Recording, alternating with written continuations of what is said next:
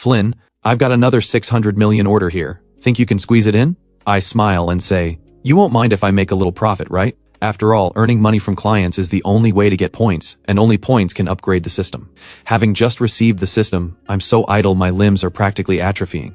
Bored out of my mind, I wander into a live stream looking for work. Right then, former pro player Zeke is raging. If my trash computer hadn't just lagged on me, I could have solo killed Bayun. Desperate for a comeback, Zeke, cheered on by his viewers, successfully loses 3 more games in a row. After reading Zeke's order details, I feel perfectly calm inside. Although Phase 1 of the system only has Class 2 civilian product manufacturing skills, it does include computer building tech. When Zeke sees my reply, his expression freezes for a moment. The chat comments start flooding in non-stop. A physical exam report? Why does the shop owner want a physical exam report? I don't get it. Since when do you need a medical checkup to build a computer? Zeke shoots his viewers a look of pure contempt. Do you people know anything? This is what you call professional. After I feed Zeke's biometric data into the system, I quickly get the results. The optimal display frame rate for Zeke is around, and the CPU processing speed is 0.00058 milliseconds. In other words, Zeke, player command received. The lab is now activating. I glance at that junked second-hand computer sitting in the corner, and its specs pop up in my vision. A price tag of $126, 100,000 order, minus the cost of $126, that's over 99,000 in profit. The 80,000 points needed for Phase 2, easy. Super Lab has been successfully activated. The current Phase 1 time ratio is set at 5:1. 5 days in the lab equals 1 day in the real world. 2 options are now available for the player. Option 1, full physical entry into the Super Lab. The player will not age inside the lab. Option 2, consciousness-only entry. The body will continue to age normally. If the system upgrades and the time ratio jumps to 100:1, that means spending a whole year in the lab while less than 4 days pass in reality. Thrilled, I lock the shop door, grab that junked computer, and step into the Super Lab. Inside the lab, I don't need to eat or sleep. My mind stays sharp and fully energized at all times. 3 days later, I've successfully built the graphics card, motherboard, CPU, and hard drive. Manufacturing score, perfect 10. This build scores 9.9. I find the memory stick too time-consuming, so I rush it a little. It could have lasted 20 years. Now it'll last about 10. I entered the lab at 9 p.m. It's now 11 a.m. Only about 14 hours have passed in the real world. I ship the computer to the address Zeke left me. By 6 p.m., viewers who got the stream notification pile into Zeke's channel. When they see the title "New Computer has arrived," the chat goes wild. Holy cow, that fast? Is this computer even legit? Built in less than a day? Well, let's have a little hope. After all, Zeke did spend a full 100,000 on it. Zeke rubs his hands together excitedly. Guys, let's witness the debut of my new computer together. The very next second, the expression on Zeke's face completely freezes. Zeke stares at the dust-covered case, his eyelid twitching hard. Uncle Wang? I got scammed buying a computer. 100,000. No, I'm not asking for a refund. I just want to know, how many years can we put this computer shop owner behind bars? The viewers completely lose it. I can't breathe. Let me laugh for 3 minutes first. I live for watching Zeke lose his mind. Honestly, anyone would be upset. You couldn't even find this computer at a junk market. Should have gone to Froggy for the build. He charges 30,000 and only profits 28,000. This scammer charges 100,000 and pockets 99,000.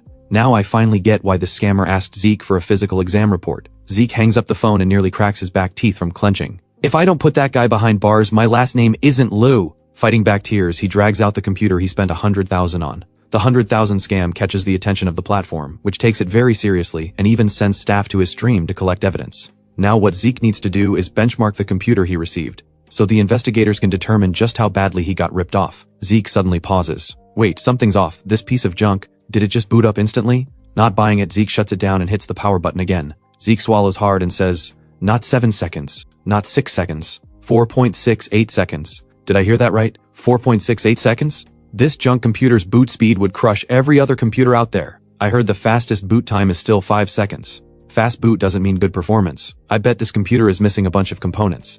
That's why it's so fast. It's probably just an empty shell. An empty shell? So that's what's going on. Feel bad for Zeke for 1 second. Zeke slams his fist on the desk. The lawyer just told me, 30,000 gets you 3 years, 100,000 gets you 10. Every extra 10,000 he scams from me, that's 1 more year I'm adding to his sentence. Then Zeke glances at the chat. It can't be the internet speed. I've got a gigabit dedicated line. Of course it's fast. Why does this benchmark software look different from mine? Motherboard, unknown. Graphics card, unknown. Memory, unknown. Hard drive, unknown. How are all 4 unknown? It doesn't match any brand at all? It's not even off-brand. Man, how much did Flynn rip Zeke off for? Wait, look at the scores. CPU 5i67854. Graphics card 367541. Graphics card 360 1000 Foral score 9,123,383. Am I seeing things or am I dreaming? I thought the highest benchmark in the entire country was only a few million. Is the software glitching? These scores look like a joke. Zeke takes a deep breath and opens League of Legends. Only one way to find out if this computer is any good. Put it to the test.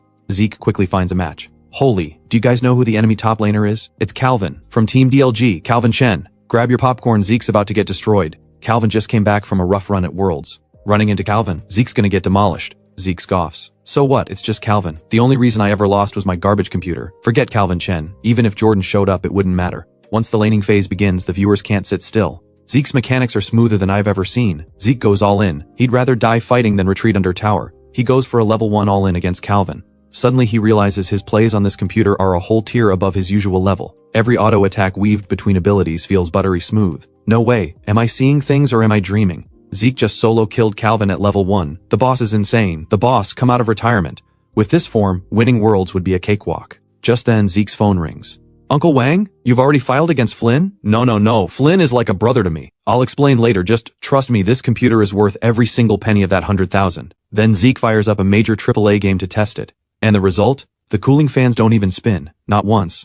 That means the CPU isn't even close to being stressed. They expected the computer to hit its limit. Turns out it hasn't even reached the front door. The chat erupts. So Flynn's computer is actually this insane? I was wrong, Flynn. You'll forgive me, right? Flynn is the real deal. Flynn is the true tech god of Long Kingdom. I wake up in the afternoon and check my shop. Orders are skyrocketing like they're strapped to a rocket. I figured the computer I built for Zeke would bring in a little traffic, but I never expected it to blow up like this. Looks like I won't have to worry about earning enough points for the upgrade anymore. Congratulations, player. Points earned. The system has upgraded to Phase 2. Class 1 civilian product technology has been implanted into your brain, including but not limited to air conditioners, automobiles, smartphones, and other advanced manufacturing. What really interests me, though, is Phase 3, military-grade manufacturing. But upgrading from Phase 2 to Phase 3 requires 10 million points. I let out a sigh. Even earning 100,000 points a day, that's still 100 days. I scroll through the new orders in my system. Can't you guys use a little imagination? I don't just build computers. If you can dream it, I can build it. Then a new order pops up. 500,000. Meanwhile, Mia's stream explodes. Whoa, everyone else is going to Flynn for computers, and you're going to Flynn for a motorcycle? This old lady is just clout chasing off Flynn. Keep it up. Sooner or later, it's gonna backfire. Reading the chat comments, Mia's face darkens. Stop calling me old lady. I'm only 27. I genuinely love motorcycles. I just don't like the mainstream ones on the market. And you're saying I'm clout chasing? She snaps again. The dude above is hilarious. Flynn's computer is insane, sure, but the look is straight up ugly. A computer case is the cheapest part, and Flynn still won't spend a dime on it. I check Mia's order. Dear Flynn, I want you to build me a motorcycle. All the writers say cornering fast is what really counts, but I can't corner at all, so I want one that's fast in a straight line. The faster the better. And I'm a girl, so Flynn, you have to make it gorgeous. Love you. Reading Mia's message gives me goosebumps, and not the good kind. Since she's a young woman riding a motorcycle, I decide to focus on stability first. Safety can't be sacrificed for speed. I gather all the materials I need, 12,000 in total. Looking at that number hurts. That's 12,000 points gone. I quickly build the frame of the motorcycle. The engine and transmission definitely need meticulous crafting. After all, those two determine this motorcycle's speed. The exterior also takes a lot of effort. About 15 days later, I look at the motorcycle I've built with my own hands and smile with satisfaction. System evaluation complete. Player has achieved a perfect score of 100 for this build. In the area of motorcycle shell design, the player's comprehension and manufacturing ability have achieved a breakthrough. Bonus, 100,000 points. Looks like the system isn't so rigid after all. The time ratio between the lab and the outside world was 5:1 in Phase 1. After Phase 2, it jumps to an insane 30:1. 15 days in the lab equals just half a day in reality. I pack up the motorcycle and ship it to Mia. Check out the old lady's stream title. Flynn's new motorcycle has arrived. No way, less than a day and Flynn already finished the old lady's motorcycle? Any motorcycle experts in the chat? Is this speed even normal? 10-year rider here. All I can say is, a motorcycle built in one day is definitely not going to be anything good. I called it yesterday. The old lady is getting scammed by Flynn.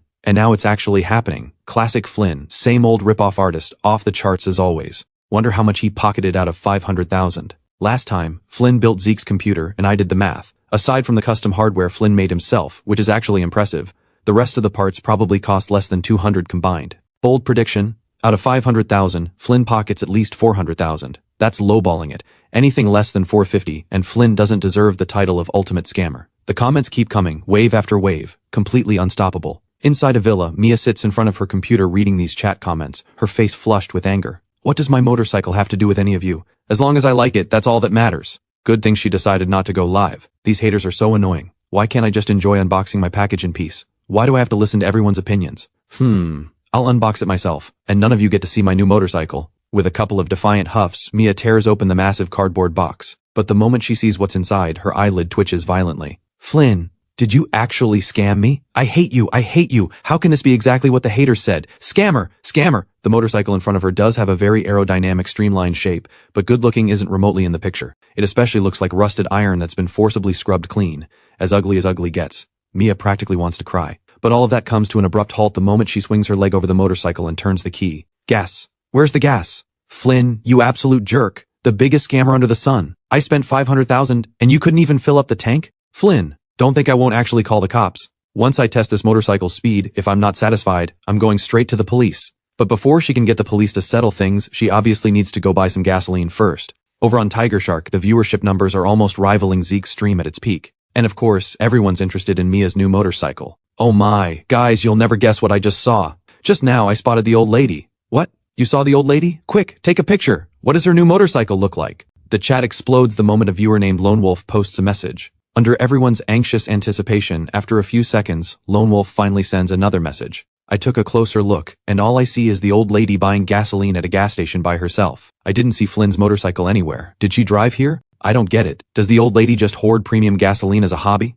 Lone Wolf's message radiates pure confusion, but some of the sharper viewers figure it out instantly. The old lady went to buy gasoline. Does that mean Flynn didn't put any gas in the tank? That's gotta be it. Classic Flynn, the ultimate scammer. Couldn't even spare $100 for gas. You can always count on Flynn. He will never let you down. So our earlier guess that Flynn pocketed $450 out of $500,000? That was too low. Probably more like $470. The motorcycle actually rides pretty comfortably, but at 70 miles per hour, Mia isn't sure if that counts as fast. Ahead of her is a bullet train station. Since it's pretty remote, very few people come here to catch the train. But the scenery is nice, so whenever Mia has something on her mind, she likes to come sit here and just be alone for a while. It always makes her feel better. Flynn, you jerk. At least this place can cheer me up, or I'd seriously die from the injustice. About 15 minutes later, feeling much calmer, Mia gets up to ride home. But right then, a young man in his late 20s walks up. Can I borrow your motorcycle for a ride? Caught off guard by the stranger's sudden request, Mia immediately puts her guard up. Why do you need my motorcycle? The young man turns to look at the train station behind him, and a flash of pain crosses his face. My girlfriend of 7 years just broke up with me, but she said if I can catch the bullet train she's on, we still have a chance. Please, I'm begging you. Let me try? I promise if I damage it, I'll sell everything I own to pay you back. The man looks straight at Mia, his eyes full of desperate longing. Mia is stunned. Did I hear you right? You want to chase a bullet train on a motorcycle? Do you know how fast those things go? It's not that I won't lend it to you, it's just, how could you possibly catch it? Mia rides bullet trains all the time, so she knows exactly how terrifyingly fast they go, easily over 300 kilometers per hour. How could any motorcycle match that speed? And even if it somehow could, a train and a motorcycle operate completely differently. Just moments ago, Mia was riding at 70 miles per hour, and it already felt like her body was flying forward while her soul was chasing behind. If a motorcycle hit that kind of speed, I know it's impossible. But I just want to try. I'm afraid that if I miss this chance, it's gone forever. Just let 7 years of love burn bright one last time against the wind. Right then, the young man's eyes well up with tears. Mia freezes on the spot. She doesn't have much experience with love, and she doesn't truly understand what 7 years of devotion really means. But in this moment, she is truly moved by the young man standing before her. She reaches out and places the motorcycle key in his hand. A small smile blooms on Mia's face. Mister, good luck. The young man takes the key and nods firmly. Just then, a gust of wind sweeps past. The bullet train is pulling away. The young man turns to see it already hundreds of meters out in the blink of an eye. He fires up the motorcycle. The very next second, a sonic boom tears through the air. Mia's hair whips wildly around her face. She watches her motorcycle launch forward like a rocket and freezes.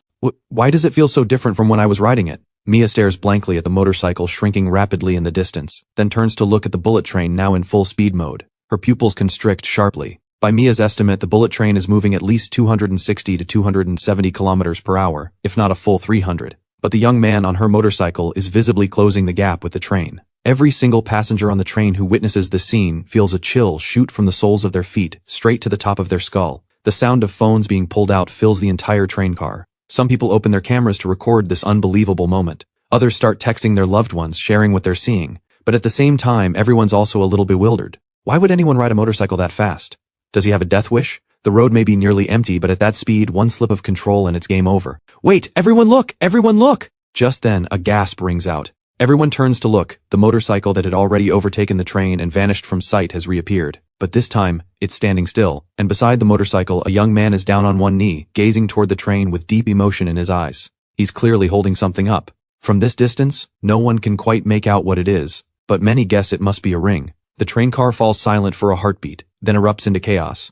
That guy was riding so fast, it was all to chase our train. He put his own life on the line, pushing a motorcycle to nearly 400 miles per hour. All just to chase one person. Somewhere out there, a girl must be loved beyond words.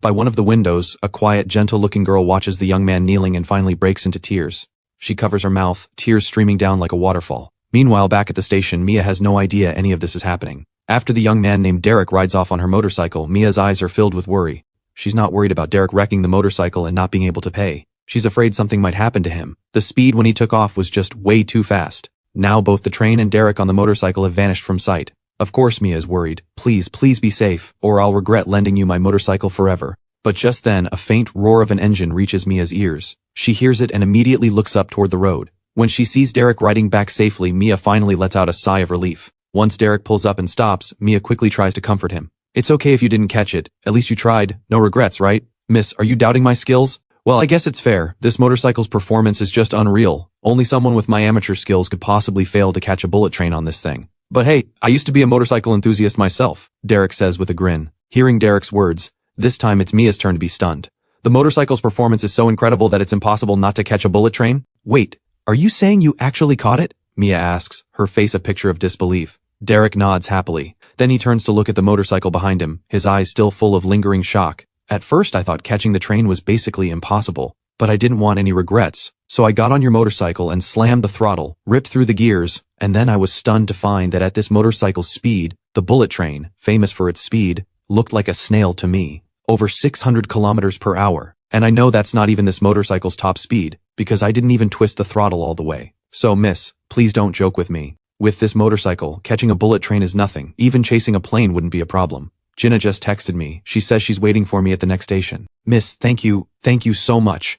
Without you and your motorcycle, we might have really lost each other, Derek says to Mia, his face full of gratitude. Then he glances down at the time and says apologetically, I'm sorry, miss. I need to hurry and catch the next train to meet Jinna. With one final heartfelt thank you to Mia, Derek rushes toward the station entrance. What he doesn't know is that Mia doesn't hear a single word of his parting thanks. After everything he said about Flynn's motorcycle, Mia's brain has completely short-circuited.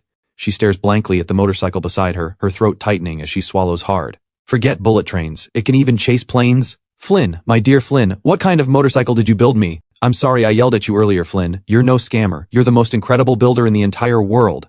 You didn't fill the tank. The budget must have been too tight, right? You've been way too good to me. You didn't rip me off at all. In this moment, my image in Mia's mind shoots through the roof, and the motorcycle parked in front of her, Mia couldn't be happier about it now. Gone is the disgust she felt about its looks. A motorcycle that can reunite two lovers and save a relationship. That's the most beautiful motorcycle in the world. 5 stars, Flynn. I'm giving you a perfect 10. On the ride home, Mia is absolutely beaming. A complete 180 from how she felt on the way here. She just doesn't know yet that the jaw-dropping scene of a motorcycle chasing a bullet train has already gone viral. The topic chasing a bullet train on a motorcycle for love shoots straight to #1 on trending. Countless viewers are moved by this love story. Inside a courtyard house in Yanjing, famous motorcycle blogger Peyton faces her camera, playing the motorcycle versus train video for her audience. I don't know if you all caught the details, but the entire clip is only 9 seconds long. And in those 9 short seconds, the motorcycle passes 26 power poles. According to the Metro City Municipal Planning Department's recent infrastructure standards, every 2 poles on Chenghua Boulevard are spaced exactly 55 meters apart. 55 meters, 26 poles, 9 seconds. Crunch the numbers and that motorcycle is clocking over 600 kilometers per hour. Unreal. This is absolutely insane. I've been riding motorcycles for years and I have never seen anything this extreme. Peyton can't stop shaking her head in disbelief. Looking at the motorcycle in the video, her face is filled with pure longing. The motorcycle in the video is too blurry to make out clearly, but as far as Peyton is concerned, with performance like that, looks don't matter anymore. Forget about owning one. Even just getting to ride it once around the block, Peyton would consider her life complete. While Peyton is lost in awe, her 100,000 plus viewers are absolutely floored by her analysis. The visual impact of the video was already massive, but when it comes to the motorcycle's actual top speed, most people had no real concept of the numbers. Now hearing Peyton break it all down, hundreds of thousands of viewers feel their scalps go numb. Are you serious? Over 600 kilometers per hour? I drive 120 on the highway and it already feels like my soul is left behind. This motorcycle's top speed actually hit over 600. Is that guy on the motorcycle not afraid to die? The Grim Reaper? Sure, I'd love to take him, but I literally can't catch him. That helmet he's wearing feels a bit pointless at that speed. All I can say is, his 9 seconds were more exciting than my entire life. Take the legend H2R, the dream machine of every rider. It has a 998cc engine producing 310 horsepower, capable of going from 0 to 400 kilometers per hour in 26 seconds. They call it the ground-flying machine. 400 per hour already exceeds normal bullet train speeds. But those numbers were tested on dedicated racing tracks, roads that are perfectly smooth, with surfaces engineered to be ideal for motorcycle traction. Only under those perfect conditions can the legend H2R reach 400 per hour. But Chenghua Boulevard? It doesn't have any of those conditions. The road surface is probably full of cracks and potholes. Under those circumstances, for that motorcycle to hit over 600, do you all understand what that means? It means that motorcycle's engine, transmission, and stability are leagues beyond anything from any brand currently on the market. Not by one level, but by several. Otherwise, a pebble the size of a thumb could send a motorcycle going 600 into a fatal crash. And there's one more thing I think we can't overlook. The video only captures 9 seconds, but the actual chase definitely lasted much longer than 9 seconds. The whole thing was probably over 2 minutes. The legend H2R at its top speed of 400 per hour, the engine would blow up after just 1 minute. But that motorcycle running at 600 held strong for over 2 full minutes without a single issue. I honestly don't know what words to use anymore. This has completely shattered everything I thought I knew about motorcycles. To call it the undisputed king of the motorcycle world, I don't think that's an exaggeration in the slightest. By the end of her analysis, Peyton can barely contain the excitement in her eyes, and her viewers, after hearing every word, are completely stunned. The motorcycle they saw in that video can actually be called the most powerful motorcycle on the planet. The legend H2R already costs $720,000 per unit. So this motorcycle, which is multiple tiers above the H2R, what's it worth? Tens of millions? Because she's in such a great mood, Mia casually starts a live stream. Feeling good today? Gonna stream for half an hour? Hearing Mia's cheerful, relaxed voice, the chat goes quiet for a beat, then erupts like a tidal wave. Hold on, did I hear that right? She's in a good mood? Did the old lady get her head caught in a door? After getting scammed by Flynn, the ultimate scammer, she's actually happy about it? I can't handle this, absolutely cannot handle this. The old lady should be devastated, crying her eyes out. I came here to watch her cry. Guys, is there any chance the old lady fell for Flynn? Getting scammed by the man you love is a kind of happiness, right? The chat roasts her mercilessly. Are you kidding me? Am I that desperate? Mia's retort isn't even finished when she suddenly lets out a scream. Every viewer jolts in shock. When they catch their breath and look back at the stream, they freeze. A crash! Mia and her motorcycle have both toppled over on the side of the road. Ahead and to her left, a sleek Ferrari F90 rolls to a stop. Once the Ferrari F90 is parked, a fashionably dressed but somewhat effeminate-looking man steps out. He doesn't even glance at Mia lying on the ground nearby. Instead, he circles his multi-million-dollar supercar, then turns to glare at Mia. You'd better sell your house. The man's sudden words catch Mia off guard. Gritting through the pain, she pushes herself up from the ground and says, her voice trembling with frustration, "You're the one who cut in front of me." The man lets out a mocking snort. A look of amused disbelief crosses his pale face. Are you joking? You weren't watching the road. You motorcycle girls are unbelievable. Do you have any idea how much it costs to fix a scratch from your piece of junk? Your car has damage, but you have to compensate me for my motorcycle too, Mia says, turning to look at the motorcycle I built for her. In the collision, not only does Richie Lee's Ferrari have a scratch, Mia's motorcycle shell is badly damaged. And if that shell hadn't absorbed most of the impact, Mia's leg would be in far worse shape than just a single cut. Fine, whatever you say. My time is extremely valuable, and I have no interest in wasting it on you any longer. You owe me $5 million. As for your junk motorcycle, I'll give you $3,000. $5 million? Are you a highway robber? Richie Lee looks at Mia's dramatic expression and scoffs again. $5 million sounds expensive to you? If you can't afford it, maybe take a good look at yourself. Have you been working hard these past years? Has your salary gone up? Don't wait until you actually need money to realize you're a nobody. Whatever, I'm done talking. I'll call the cops and let them sort it out. Richie Lee reaches for his phone. Mia grits her teeth and fires back. $5 million? Fine. It's not like I've never seen a sports car before. A full repaint and repair job on this thing is $200,000 tops. I'll pay you $200,000, but you have to fix my motorcycle too. And I don't want money. I want my motorcycle restored to the way it was. By the end, Mia's eyes can't help but betray a deep ache. The motorcycle Flynn built for her. She absolutely adores it now. Seeing its shell dented and warped, of course it breaks her heart. Look around the entire globe. My Ferrari F90 is one of a kind. A one-off personally designed by Manzoni himself. As for your piece of junk motorcycle, you want me to get it fixed for you?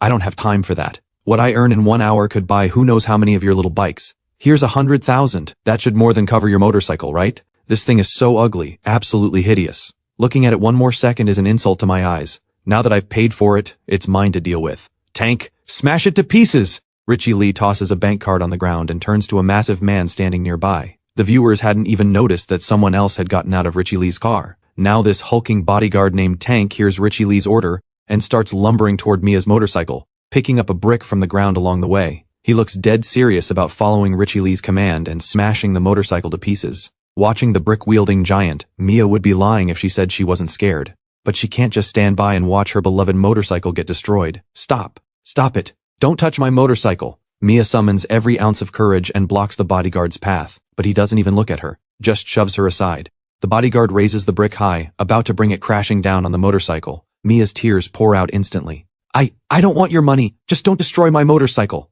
Right at that moment, several men in suits appear out of nowhere. They shove Richie Lee's bodyguard back a good 7 or 8 meters. Before Mia can even process what's happening, a silver-haired foreign man rushes forward. He practically throws himself beside Mia's motorcycle, his face crumbling. God almighty, who did this? Who did this? I will curse them in the name of the Lord. Curse them. The old man is talking and actually starts wiping away tears. Not only is Mia stunned, even Richie Lee furrows his brow in confusion. But seeing the old man and those sharp-suited foreigners, Richie Lee doesn't dare act too cocky. Who are you people? Richie Lee's voice hangs in the air. The foreign old man doesn't even spare him a glance. Instead, still muttering to himself, he turns excitedly toward Mia. My esteemed lady, I am Mulder, Regional Director of Long Kingdom for the Chrysler Group. 20 minutes ago, our intelligence division tracked down a man named Derek. Through our conversation with Derek, we learned that the miraculous motorcycle that broke 600 kilometers per hour belongs to you. On behalf of the Chrysler Group, I extend our warmest regards, and I humbly ask if you would consider selling this magnificent motorcycle to us. Of course, rest assured, we will offer you a very satisfying price.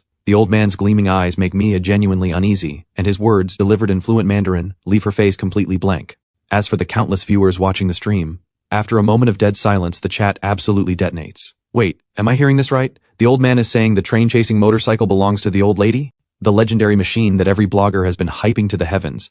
The motorcycle that's already reached legendary status in the riding world was built by Flynn? Wasn't everyone saying this was just some corporate marketing stunt? Babe, slap me. I think I'm hallucinating. Seeing Mia still frozen in shock, Mulder turns to face Richie Lee, his expression stone cold. Mulder gives a slight wave of his hand, and the suited men immediately start walking toward Richie Lee. Seeing this, Richie Lee's throat tightens. He swallows hard. His voice comes out shaky. What are you doing? This is a lawful society. Assault is a Bang! Before Richie Lee can finish, a heavy thud echoes through the air. The suited men aren't heading for him at all. They walk right past him and pull out batons, bringing them down on his multi-million-dollar supercar. One hit, then another, the sound of metal on metal ringing through the scene. In less than a few seconds, Richie Lee's once proud Ferrari is reduced to scrap. Watching this unfold, Richie Lee's eye twitches uncontrollably. But faced with the sheer presence of these foreign enforcers, he doesn't dare utter a single word. Mia, standing nearby, has finally snapped out of her daze. Staring at the jaw-dropping scene in front of her, she blurts out, Mr. Mulder, I never said I'd sell the motorcycle to you.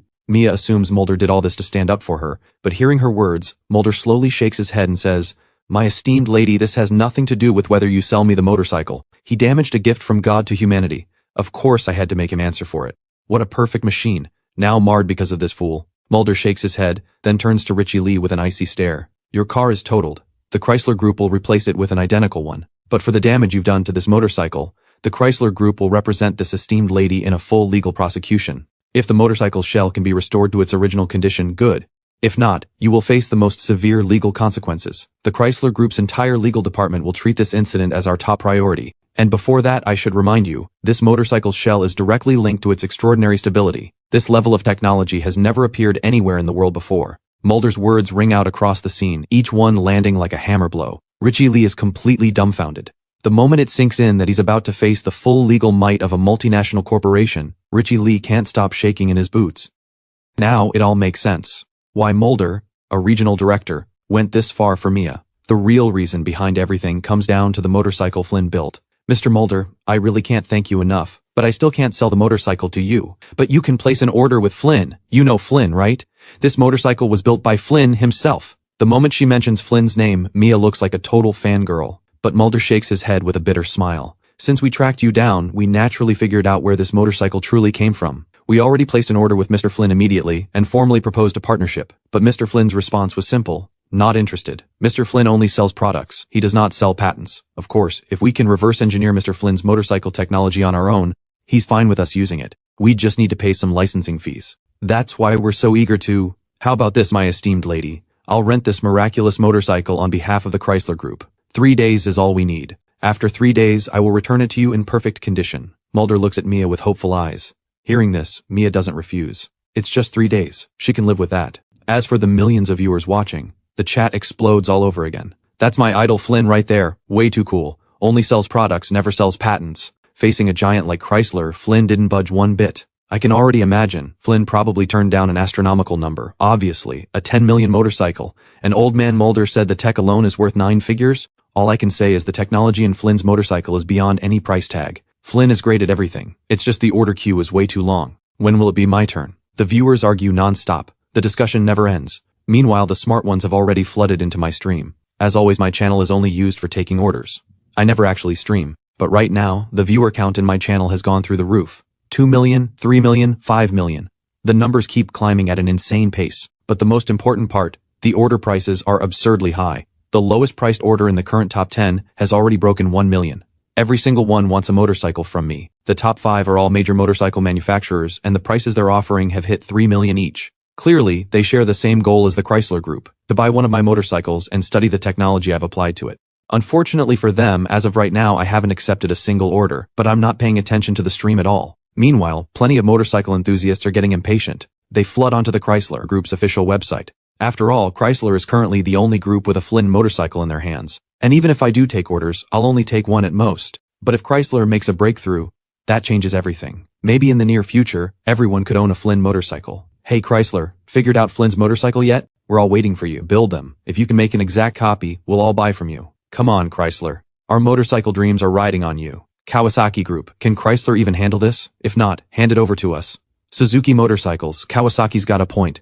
If you can't do it, step aside. Stop hogging the spot and doing nothing. The Chrysler Group's official website comment section is an absolute spectacle right now. It's not just regular motorcycle fans pushing. Even the major manufacturers are piling pressure on the Chrysler Group. And under this immense pressure, Chrysler's official website quickly issues a response. After conducting a comprehensive evaluation of the motorcycle built by Mr. Flynn, we regret to inform all fans and followers of the Chrysler Group. First, certain technologies in Mr. Flynn's motorcycle are beyond our current capability to replicate. We estimate a minimum of 3 years. Second, our testing revealed that this motorcycle's true top speed is not just over 600 kilometers per hour, it can reach 798 kilometers per hour, nearly 800. And this is because Mr. Flynn did not use the best available materials. It appears he deliberately cut costs on certain components. If Mr. Flynn had not cut corners, we believe the speed could easily exceed 800. Finally, the Chrysler Group extends to Mr. Flynn an open-ended invitation for partnership. He is the future and hope of the motorcycle world. Motorcycles will shine brighter because of him. Chrysler's announcement is packed with bombshells. The moment it drops, it's like a boulder crashing into a still lake, massive shockwaves everywhere. Not only are countless viewers stunned, even the major motorcycle manufacturers fall silent. I'm numb.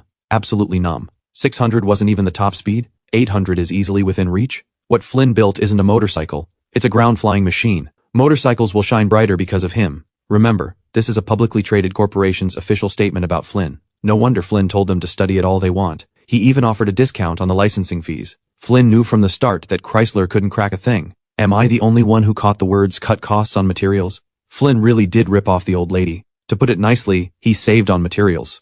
To put it honestly, he cut corners. Flynn truly lives up to his title of ultimate scammer. Same as always, you can trust Flynn's skills, but his integrity? Never worth examining too closely. I'm losing it. Many viewers who have zero interest in motorcycles finally let their imaginations run wild and start sending me all kinds of different orders. Inside my workshop on the outskirts, I really haven't been keeping up with the online buzz. After learning that the motorcycle I built for Mia caused a nationwide sensation, the first thing I did was buy a ton of equipment through the system store and set it all up in the warehouse behind my shop. I understand perfectly well that fame brings trouble. With this much attention on me online, sooner or later someone is going to expose this tiny workshop.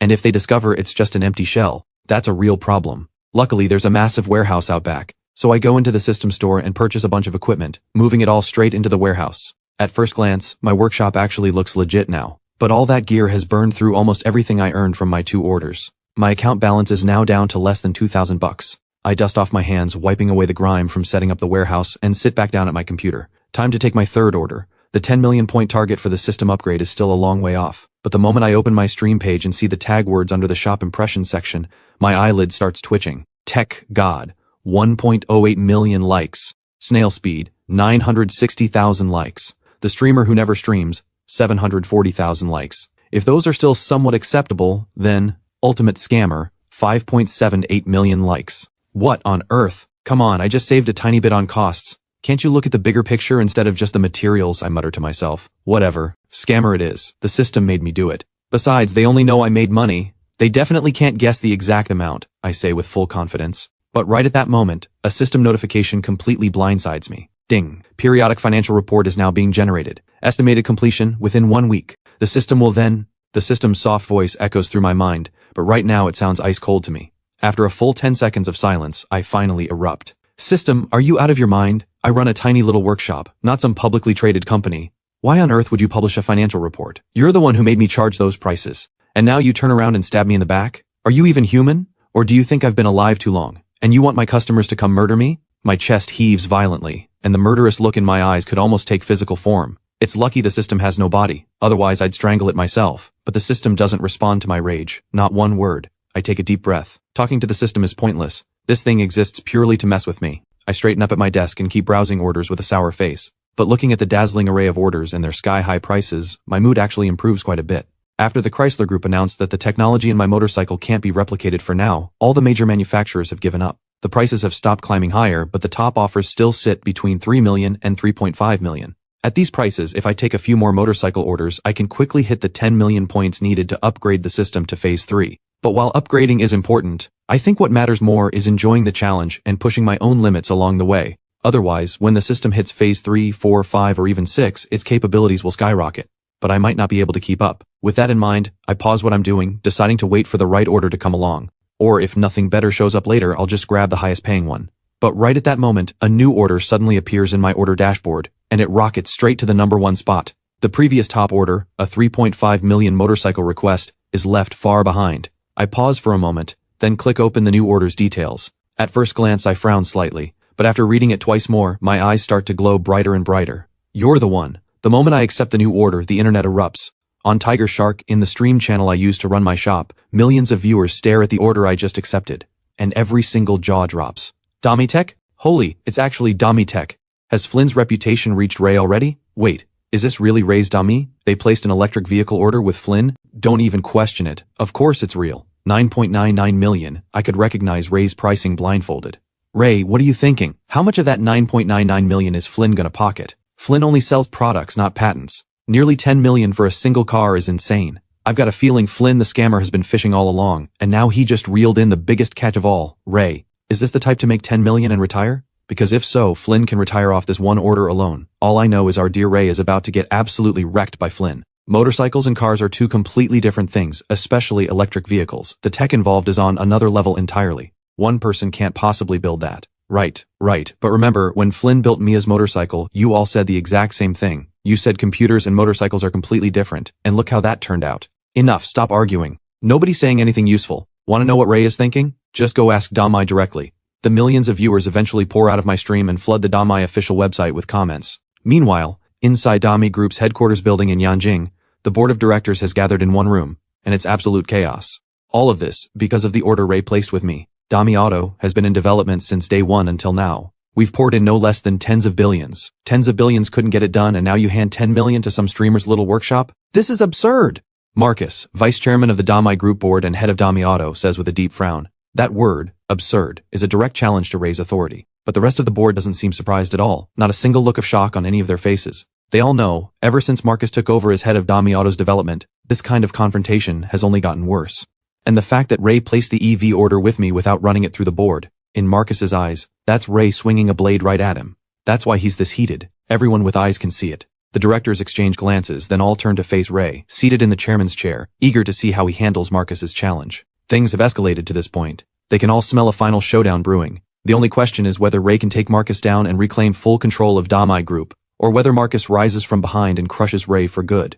It's just a 10 million allocation. Do I really need your permission to spend 10 million? Facing Marcus head on, Ray looks completely unbothered. He smiles. The board only needs to convene for major expenditures. Collective decisions are for big-ticket items. But Ray, when you place that order with Flynn, within 15 minutes of the news getting out, Domai Tech's stock on the Hong Kong exchange started fluctuating. Right now, our shareholders are questioning Domai Group's credibility. A publicly listed company whose primary focus is the electric vehicle sector, outsourcing to some small-time workshop owner? If this continues, Damai Group could collapse entirely. I recommend we cancel the order with Flynn immediately. You personally announced that this was all just a misunderstanding. And simultaneously increase investment in Damai Auto, show the shareholders our commitment to the EV sector. Marcus, your acting skills are truly impressive. If I'm being honest, Marcus, you should go straight into movies. I guarantee you'd win Best Actor. Ray's face wears a warm smile, but the words coming out of his mouth land like slaps across Marcus's face. The conference room plunges into dead silence. Several directors shudder involuntarily looking at Ray, as if only now remembering exactly who was standing before them.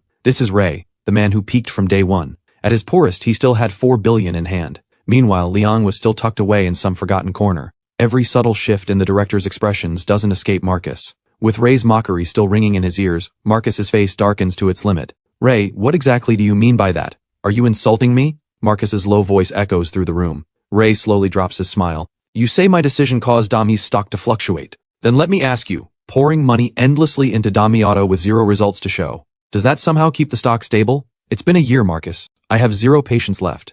You say I'm insulting you, but aren't you the one bringing shame upon yourself? If I fail to lead Dami Auto in building our first car, the S7, then I will step down as head of Dami Auto. But if I succeed, you will resign as executive director. Ray, do you dare to accept? The moment Marcus's words land, the conference room erupts in murmurs. The directors suspected these two would go big today, but nobody expected it to go this far. Marcus, think this through. Don't be impulsive. Ray, Marcus is just speaking out of emotion. Please don't take it to heart. Come on, you two. Let's all calm down, have some tea, and talk this. As executive director, I am issuing an official announcement. 3 days from now, at North Hill Plaza, Dami Auto will hold a launch event. You bring Damai Group's S7, and I'll bring the car Flynn delivers to me. We'll see who wins. If you win, I will not only give up my executive director position, I'll even reduce my stake in Damai Group. But if you lose, I never want to see you at Damai again. Every single share of Damai Group stock in your hands must be sold off completely. The directors stare at each other, a mix of disbelief and genuine respect in their eyes. They never imagined a day would come when Ray would position himself as an outsider and personally go up against the very company he built. And what they understand is that Ray's move, regardless of what it means for him personally, is the best possible outcome for Damai Group. Because no matter who wins between Marcus and Ray, Damai Group wins either way. The power struggle between Marcus and Ray will end quietly and seamlessly. But when it comes to self-interest, the directors will ultimately side with Marcus. Because from the moment Ray proposed this wager, not a single director believes he can win. 10 million in funding and 3 days.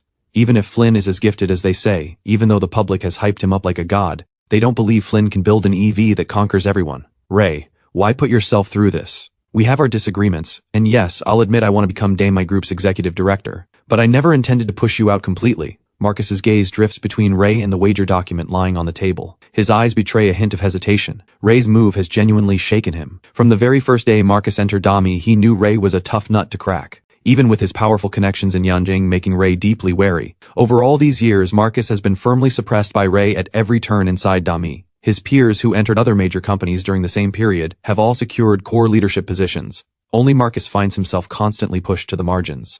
And now, this wager from Ray, in Marcus's eyes, is no different from Ray, who still holds the upper hand, suddenly waving a white flag. And that is something Marcus truly cannot understand. Because either you or I, one of us is holding Dami back. I hope that 100 years from now Damai still stands at the forefront of its era. So all of this was going to happen eventually. It's just happening a little sooner now. Hearing Ray bare his true feelings, Marcus doesn't push any further. The tension in the conference room seems to vanish in an instant. Marcus stares at Ray, silent for a full 10 seconds or more. Then, he gives a slight bow, his voice filled with genuine respect. Ray, I'm not your equal, but rest assured, Dami in my hands will go further than ever. After a brief pause, Marcus adds, however, 2 hours before I sign this agreement, our Dami Auto has already achieved a major breakthrough. 3 days from now, the S7 will rise to the top of the electric vehicle world like a king. Just wait and see. With that, Marcus turns and walks toward the exit. The many Damai Group directors watch him leave, hesitate for a moment, then stand and follow, one by one. Before long, the massive conference room holds only Ray. Creak.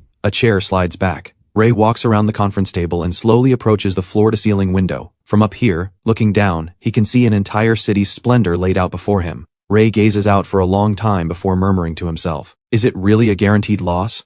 That young man with no experience? There's something very familiar about him. He reminds me of myself back in the day, but I know he's far more talented than I ever was at his age. While Ray bets everything on Flynn, back at the workshop on the outskirts, I've already stepped into the super lab. The public knows Ray placed an order with me. They know it's for an electric vehicle. But the specific details? Only I know those. Standing in the primeval forest inside the super lab, I think back on Ray's detailed, 1,000-word order, and I can't help but press my lips together. Even if I fail, Ray will not ask for the money back. And he will never publicly announce my failure. Ray is Ray for a reason. The moment I read those lines, I already wanted to take the order. And after reading Ray's full vision for the electric vehicle, I was completely sold. Gears, balance shafts, composite materials, production costs, battery, motor, electronic controls. The list goes on. And the most critical piece, the autonomous driving system. Ray, you really aren't afraid to ask for the moon. Quite the challenge. If I had military-grade manufacturing unlocked, I could really add some serious firepower to Ray's EV. But for now, I can only push my imagination as far as it goes. And there's one more critical thing. Even though Ray says he won't take the money back if I fail, the system will still issue a failure verdict. And when that happens, even if the money stays in my pocket, I won't earn a single point toward the system upgrade. Looks like it's time to give this everything I've got. At least time should be on my side. I mutter a few words to myself, then pour all my energy into building the electric vehicle. While I work around the clock in the super lab, the outside world has already gone absolutely wild. And it's all because of the announcement from Dami Group. 3 days from now, at North Hill Plaza, Dami Auto invites you to witness the birth of a miracle. Dami, born for passion. After the news about Ray's order with me went viral, countless viewers had already flooded the Dami website. Originally, they just wanted to find out what Ray was thinking. But nobody expected Dami to drop a bomb this big on them. Did I walk into the wrong place? Is this a sci-fi movie set? I thought Ray just wanted a car from Flynn for fun. Who knew it would be this serious? 3 days. Just 3 days. You don't just witness miracles like that. I say since Dami has made the announcement, let's just wait and see. 3 days from now, it's time to see what it's really made of. Countless viewers debate back and forth. Most have already assumed that the event at North Hill Plaza is where Dami will reveal the car Ray ordered from me. As for the secret wager between Ray and Marcus, nobody knows a thing, and that's exactly what Ray wants.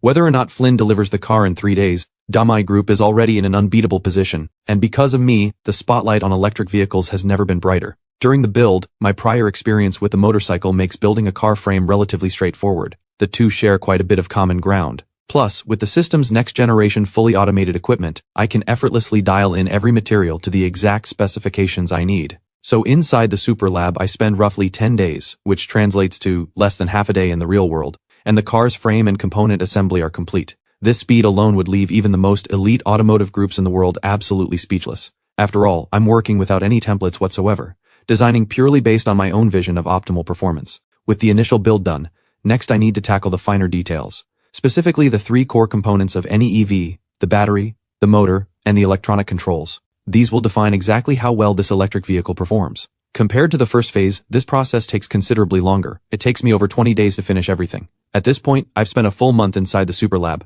but the car in front of me still can't be called a complete electric vehicle, because it's still missing the most critical and currently most marketable feature of any modern EV, the autonomous driving system. I take a deep breath. I know the real challenge starts now. After adjusting my mental state and feeling fully sharp, I dive headfirst into building the autonomous driving system. Time slips away like sand between fingers, fading before you even notice. Just like that, 3 days fly by. On the morning of the 3rd day, after breakfast, the massive plaza at the foot of North Hill is already swarming with people. Banners bearing the words Dami Group fly high, fluttering in the wind, visible from hundreds of meters away. And it's not just ordinary people excited about this event that's been building for 3 days. The Dami auto launch has captured massive interest. Even some of the biggest names in business have gotten up early, sitting eagerly in front of their screens, waiting for Dami's live broadcast to begin. Inside a classical-style villa in Shen City, Huawei Group Chairman Nathan is personally brewing tea, glancing up at his screen now and then. The Dami launch hasn't officially started yet, but the live feed is already rolling. The sea of people on screen is even more impressive than Huawei's own events. For Cece, who is deeply adored by Nathan, she's always been the type to speak her mind freely around him. Nathan looks at his beloved niece and can't help but shake his head with a smile. Cece, watch this live stream very carefully today. I believe you'll learn a great deal. Dami Group might not match Huawei, but in terms of ability, 10 of me couldn't equal 1 Ray. Nathan says this with complete sincerity. There may be a hint of modesty in his words, but clearly Nathan's regard for Ray has reached the highest level. After hearing this, Cece's big, beautiful eyes immediately start sparkling. She tugs on Nathan's arm playfully. Uncle Nathan, did you figure something out? Come on, tell me. Nathan gives his niece a helpless look, takes a sip of tea, then finally speaks. All right. Uncle Ray's move here is clearly about leveraging momentum. Leveraging momentum? Cece tilts her head, her face full of confusion. Nathan pauses briefly, then continues. Cece, you've actually noticed it yourself. Like you said, Dami's scale can't compare to Huawei's right now. So why is Dami's stock actually going up today? It's because of the EV hype. That young man named Flynn is very talented. But building a complete electric vehicle in 3 days? How could that be possible? Still, I genuinely like the kid. There are very few young people with this level of raw technical skill these days. I've already had Huawei's HR department send Flynn a job offer. I'm sure he'll be tempted. At the mention of Flynn's name, even Nathan's eyes can't hide a deep flicker of admiration. Cece, hearing this, can barely contain her curiosity. After all, she knows her uncle is famously generous. Uncle Nathan, what kind of offer did you give Flynn? Nathan turns to Cece. Want to know? Yes, of course I do. Watching Cece nod her head like a bobblehead, Nathan doesn't keep her in suspense.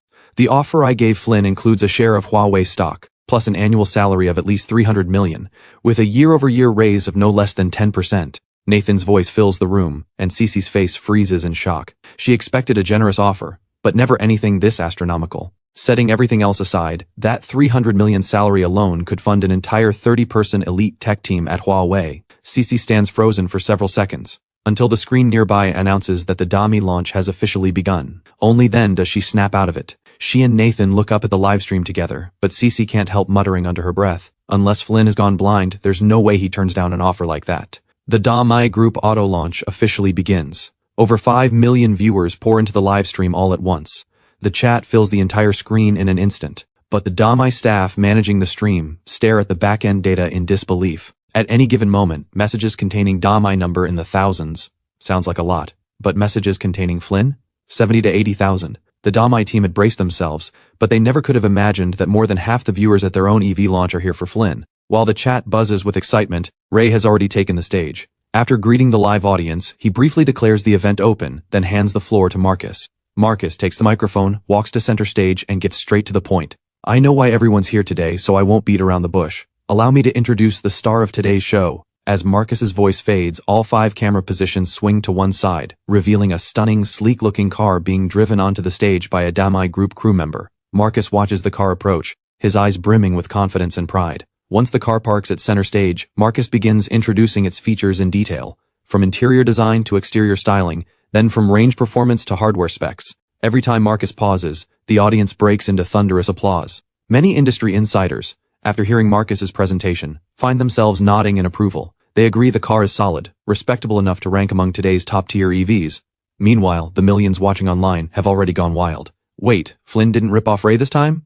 The exterior and interior both look like serious money went into them. Flynn has changed. He's not the same Flynn anymore. How do I put this? The car is solid, but it doesn't wow me. Looks about the same as most other EVs out there. Guess Flynn really is only good at computers and motorcycles. Look, 3 days. Giving Ray a car like this is already impressive enough. Wait, hold on. Look at the big screen. This car might not be Flynn's at all. Just as millions of viewers are debating, the massive LED screen on stage flickers and lines of text and images flash across it. Marcus turns to face the audience below and says with a smile, "Ladies and gentlemen, the car Damai Group is presenting today is called the S7. It was built by me, leading the Damai Group auto division, through over 300 days and nights of painstaking work. This is Damai's first-generation electric vehicle. I know it may still have imperfections. It may not yet stand at the very peak of today's EV market, but I ask you to give us time. In the future, Damai Auto will deliver something even greater. At this rate, Damai Auto may not become a blockbuster hit, but they've effectively knocked on the door of the EV industry. See how incredible Uncle Ray's marketing skills are? If he hadn't come up with the idea of riding Flynn's hype to draw this much attention, Damai Auto probably couldn't even make a ripple." Nathan continues, "Keep watching. I have some business to attend to. I'll leave you to it." Nathan is about to stand when a question suddenly comes through the screen. "Marcus, the order that Ray placed with Flynn has been all over the internet for 3 days. Everyone expected this Damai launch to showcase Flynn's car, but from start to finish, this event has had nothing to do with Flynn whatsoever. I'd like to ask, did Flynn fail? Was he unable to build a car that meets your standards within 3 days?" A reporter on scene asks with microphone in hand. Nathan, who had already risen to leave, hesitates, then sits back down. At the venue and in the stream, every single viewer desperate for the answer perks up immediately. On stage, Marcus hears the question and smiles coolly, then turns to look toward Ray in the audience. "I think this question is best answered by Ray himself." "You haven't paid me yet. I drove for hours to get this car here. That Mr. Flynn told me to collect the shipping fee from you," the old farmer blurts out anxiously. Hearing this, even Ray's expression freezes. The millions of viewers in the stream instantly burst out laughing. "I'm not joking. I just took a sip of water and spit it all out. I can't breathe. Let me laugh for 3 minutes first." Delivering a car to Ray on a tractor is one thing, but making the shipping fee collect on delivery? Nobody else operates like this. Same old Flynn, same old tricks. Flynn will always be Flynn. Look at Ray. He's questioning his entire existence. Guys, that hit the spot. That's the feeling right there. The viewers are absolutely losing it. The live audience erupts in laughter too. Only the old farmer stands guard, staring at Ray with a look that says no money, no car. Once Ray snaps out of it, his eyelid twitches violently. Then he waves behind him, and a woman who looks like his secretary hurries over. She pulls a few hundred in cash from her wallet and hands it to the old farmer. Only then does the farmer, fully satisfied, lead Ray toward the back of the tractor bed. A moment later, the farmer drops the tailgate, and everyone finally gets a clear look at the electric vehicle Flynn built. It looks nothing like most EVs currently on the market. On closer inspection, it looks like the classic, long-discontinued A&E 86. Is Flynn a fan of Takumi Fujiwara? Did he seriously make an A&E 86 replica? All I can say is, looking at this car, the retro vibes are strong. I actually kind of like it. Come on. Flynn the scammer either got lazy or just wanted to save money, so he grabbed some beat-up junk car and converted it. Truth, nobody understands Flynn like you do. While the viewers debate, Ray has already climbed eagerly onto the tractor bed. All 5 live camera positions lock onto the car I built. Nearby, Marcus, who has already stepped off stage, watches from a distance, his face completely unbothered. Standing beside him are several Damai group directors, who have already started congratulating Marcus. Marcus, congratulations! The Damai S7 you spearheaded has been a resounding success today. Excellent. From now on, Damai has officially knocked on the door of the EV industry.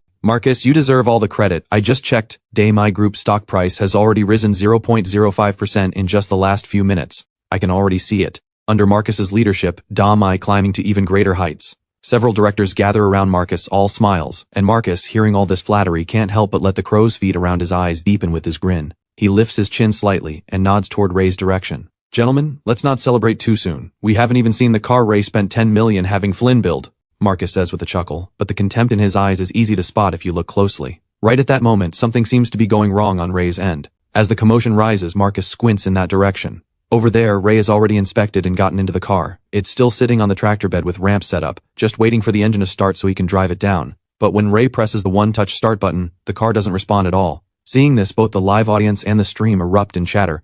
Did Flynn actually mess up? Why won't the car start? Looks like 3 days really was too short. Flynn probably didn't finish something. It's over. Flynn's legendary reputation is about to be destroyed. The car can't even start. What's the point anymore? Finally, balance is restored. My heart is at peace at last. Compared to Flynn, I always felt like a total loser. The noise at the venue keeps building. Ray, meanwhile, furrows his brow and starts checking what went wrong. As a tech background mogul, he knows a thing or two about cars. Maybe not at an expert level, but far beyond the average person. And when he checks, Ray completely loses it. The battery. This car has no charge. Ray slumps back into the seat. Even he can't help but let out a curse, dark lines forming across his forehead. His voice carries through the live broadcast equipment, and the noise vanishes instantly. The entire North Hill Plaza falls into dead silence. The quiet lasts several full seconds. Then, an explosion of laughter erupts across the venue. People are doubled over, unable to straighten up, physically unable, tears streaming down their faces. Many had only heard of Flynn's scammer reputation without any real sense of it. Today, they finally experience it firsthand. And the viewers who came specifically for Flynn? They lost it long ago. I can't, let me catch my breath, just let me die laughing. Same old Flynn, same old tricks. Still the ultimate scammer, no doubt. I thought Flynn not putting gas in Mia's motorcycle was peak scammer, but Ray has it even worse. Flynn didn't even charge the battery. A 10 million order, and he won't spend $30 on electricity. In the entire business world, this is absolutely unheard of. Everyone else treats the customer like a king. With Flynn, he treats himself like a king. Ray probably never imagined that his reputation would mean absolutely nothing to Flynn. Scammed just the same as everyone else, obviously. Didn't you see Ray's face? He's completely shell-shocked. Making a $100 billion mogul lose all composure? Only Flynn can pull that off. Leaning back in the car seat, Ray's emotions are a tangled mess right now. Thinking again about all the requirements he listed in his order, Ray is starting to lose hope entirely. What is he even trying to do? Is there any comparison between these two cars? Ray murmurs in a voice only he can hear. Then, he falls silent. A full 10 seconds pass. Once the Damai staff haul over a mobile charging station, Ray finally snaps out of his daze. Forget it. At this point, the only option left is to trust Flynn. Ray takes a deep breath, climbs out of the car, and then, he whispers something in his secretary's ear and walks straight toward the exit. The audience assumes Ray has stormed off in anger because of me, and the chatter explodes instantly. The secretary, seeing things spiral out of control, quickly steps forward to explain. The Damai Group launch is not over. Ray just told me.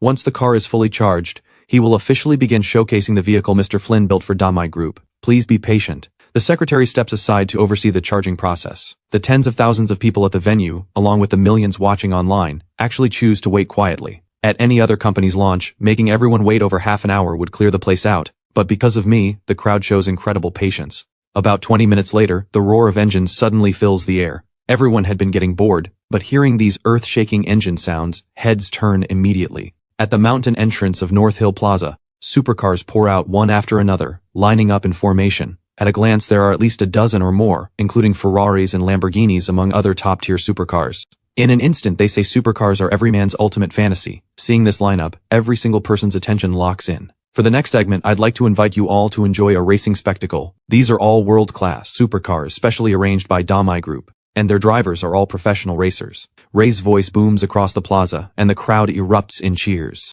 Nobody expected such an insane bonus event today. The stream goes absolutely wild. Ray is Ray for a reason. Entertainment value off the charts at every launch. Listening to those engines roar, I can feel my blood boiling. But wait, this is Damai's EV launch, bringing in a bunch of gas-guzzling supercars for a race. Is this really a good idea? What is Ray thinking? Is he worried Damai's car will sell too well? Why are we overthinking this? Just enjoy the show. Wait, hold on, look, am I seeing things? The viewers suddenly lose their composure. The live audience's faces freeze. There at the starting line of the North Hill Mountain Road, Ray is sitting behind the wheel of Flynn's EV lined up right alongside the supercars. Gasps erupt like a tidal wave. Babe, slap me. Am I hallucinating in broad daylight? Ow! It's not a hallucination! But has Ray lost his mind? Let me process this. Over a dozen supercars in a race, and Ray is entering in an electric vehicle? Lamborghinis, Ferraris, Koenigsegg's. If Ray can even see their exhaust fumes, I'll eat my words. I'm giving Ray a perfect score for entertainment value. This is hands down the most insane car launch I've ever seen. It's not just the regular viewers who are stunned. Even Marcus and the other Damai directors in the stands are shocked.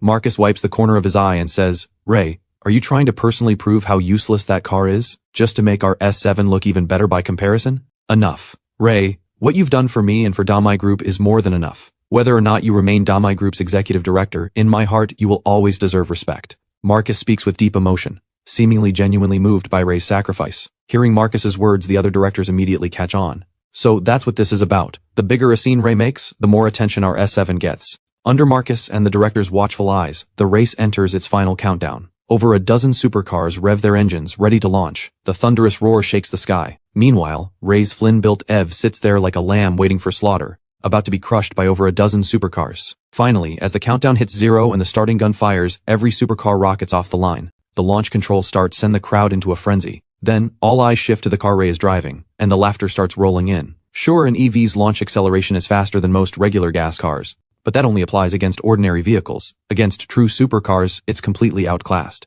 Just off the start alone, Ray is already dozens of meters behind.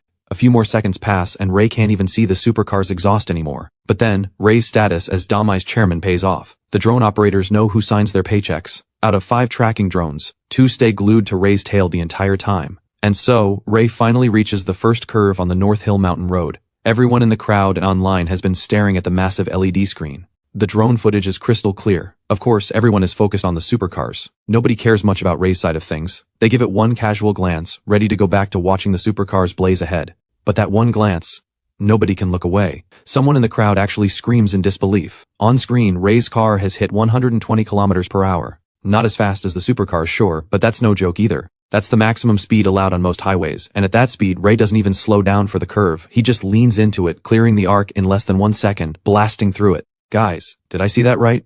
Ray doesn't slow down for turns? I'm losing my mind. It actually looks like Ray cleared that corner faster than those pro drivers in the supercars. Not just looks, he is faster. I've been timing it. The fastest supercar, the Koenigsegg, took 12 seconds on that first corner. Ray did it in 0.6 seconds, a full 20 times faster. I thought Ray was here to show off the car. Turns out he's showing off his driving skills. I'm in love. I'm Ray's #1 fan from now on. Everyone thought Ray's no-brake cornering was the peak. They had no idea that was just the beginning.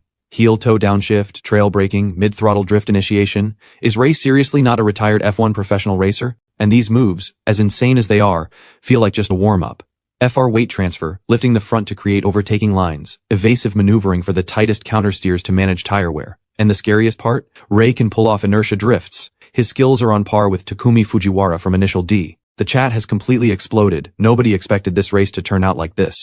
Among all the supercars and professional drivers, Ray has become the undisputed star. North Hill's Mountain Road is famous for its curves, and Ray, driving the car with jaw-dropping techniques, has rocketed from dead last all the way to first place, pulling nearly a full kilometer ahead of second. The professional drivers who just got passed by an exhaust-free electric vehicle are all wearing the same look. Existential crisis. Boss Ray, who's the professional here, me or you? Am I the one driving the supercar, or are you? Who knows? Ray has a ton of hobbies.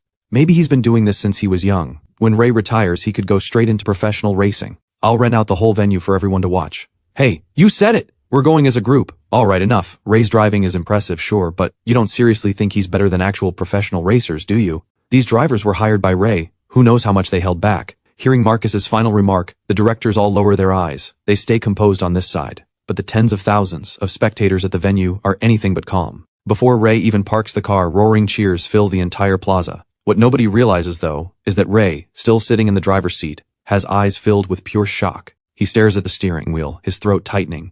He swallows hard, disbelief written all over his face. This state lasts a full 2 minutes, until the other professional drivers cross the finish line. You're messing with us, right? You set up this North Hill race, called us all here, put up $5 million for first place, we all gave it everything we had. But turns out you're the real master who never shows off. Your skills are almost F1 level. Couldn't beat him. Absolutely couldn't beat him. The drivers wear bitter smiles, but deep in their eyes is genuine admiration for Ray's driving. As they say, amateurs watch for fun, experts watch for technique. And in these experts' eyes, Ray's driving is absolutely insane. Especially when Ray overtook them earlier. Those fluid, seamless moves left every single one of them stunned. With even the pros singing Ray's praises this highly, the regular crowd needs no convincing. Tens of thousands of people surge forward shouting, "Ray, that was absolutely savage. That race was better than a Hollywood blockbuster. Ray, are you taking students? I want to learn from you. Ray, release a driving tutorial. I'll study it on my knees.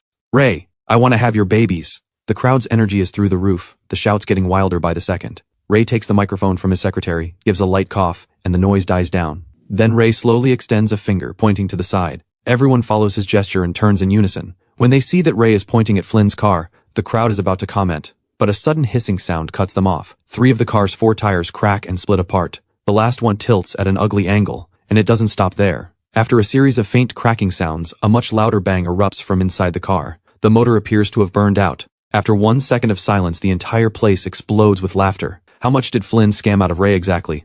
No charge on the battery is one thing, but this build quality is tragic. First time I've ever seen a brand new car fall apart after one run. Ray is genuinely lucky to be alive. His legs are probably shaking right now. If the car had broken down during the race, we'd be visiting Ray's grave. I feel like Flynn's car held Ray back. If he'd been driving a supercar, I can't even imagine what kind of show that would have been. "Ray, do another run. This time in the Koenigsegg. Please, Ray," the crowd begs. Nearby, Marcus allows himself a slight smirk. Looks like Flynn's car isn't all that great after all. "Alright then, let me show you all something. Zhang, play the recording from my phone on the big screen," Ray says, pulling out his phone and handing it to his secretary. Even now, a lingering trace of awe still sits deep in Ray's eyes. The secretary nods quickly and hurries off with Ray's phone. As for the audience, both live and online, everyone pauses in confusion. Nobody understands what Ray has up his sleeve. Patiently, all eyes turn to the massive LED screen. Once the secretary sets it up, footage appears on screen. Whoa, this is Ray's in-car recording. Now this is interesting. I'm dying to see how Ray drove like that. Ray is a legend for sharing this. I swear I'm studying this frame by frame. Forget about you. Look at the pro drivers. They've all pulled out their phones and are recording with dead serious faces. Every single eye locks onto the big screen. Nobody dares to blink, afraid of missing a single moment. On screen, the engines of over a dozen supercars roar to life one after another, clearly the moments before the race starts. But in the footage, Ray's hands aren't on the steering wheel. He simply extends one finger and taps the main control screen once.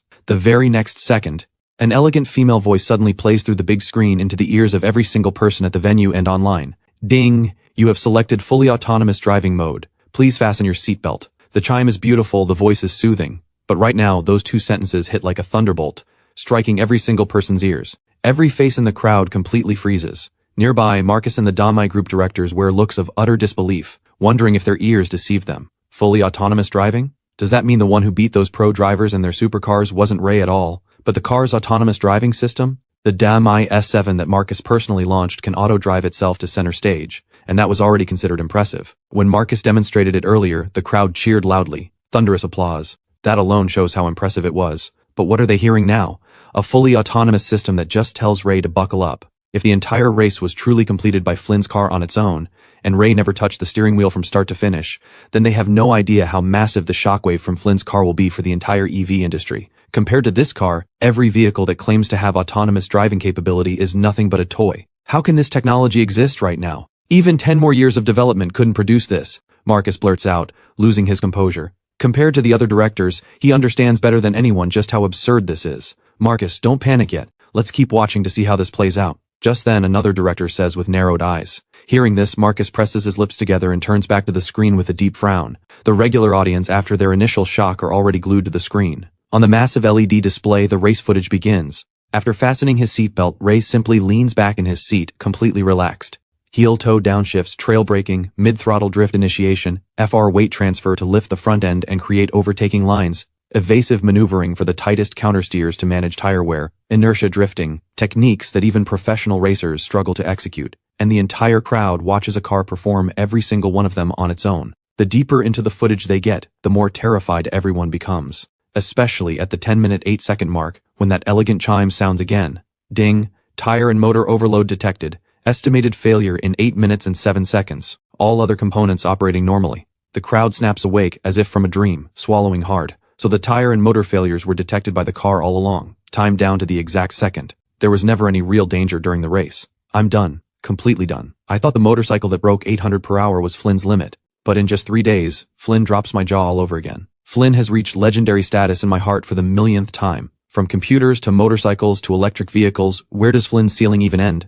I never imagined one person could be this incredible. Is it too late for me to go back to school? First time I've ever truly felt the power of knowledge and skill. Someone guessed Flynn is 60. I say there's no way he's under 80. You'd need an entire lifetime of research to produce results like these. With the stream nearing 10 million viewers, the debate is completely unstoppable. Watching that car still in fully autonomous mode on the big screen feels like witnessing a real-life superhero, like seeing light itself.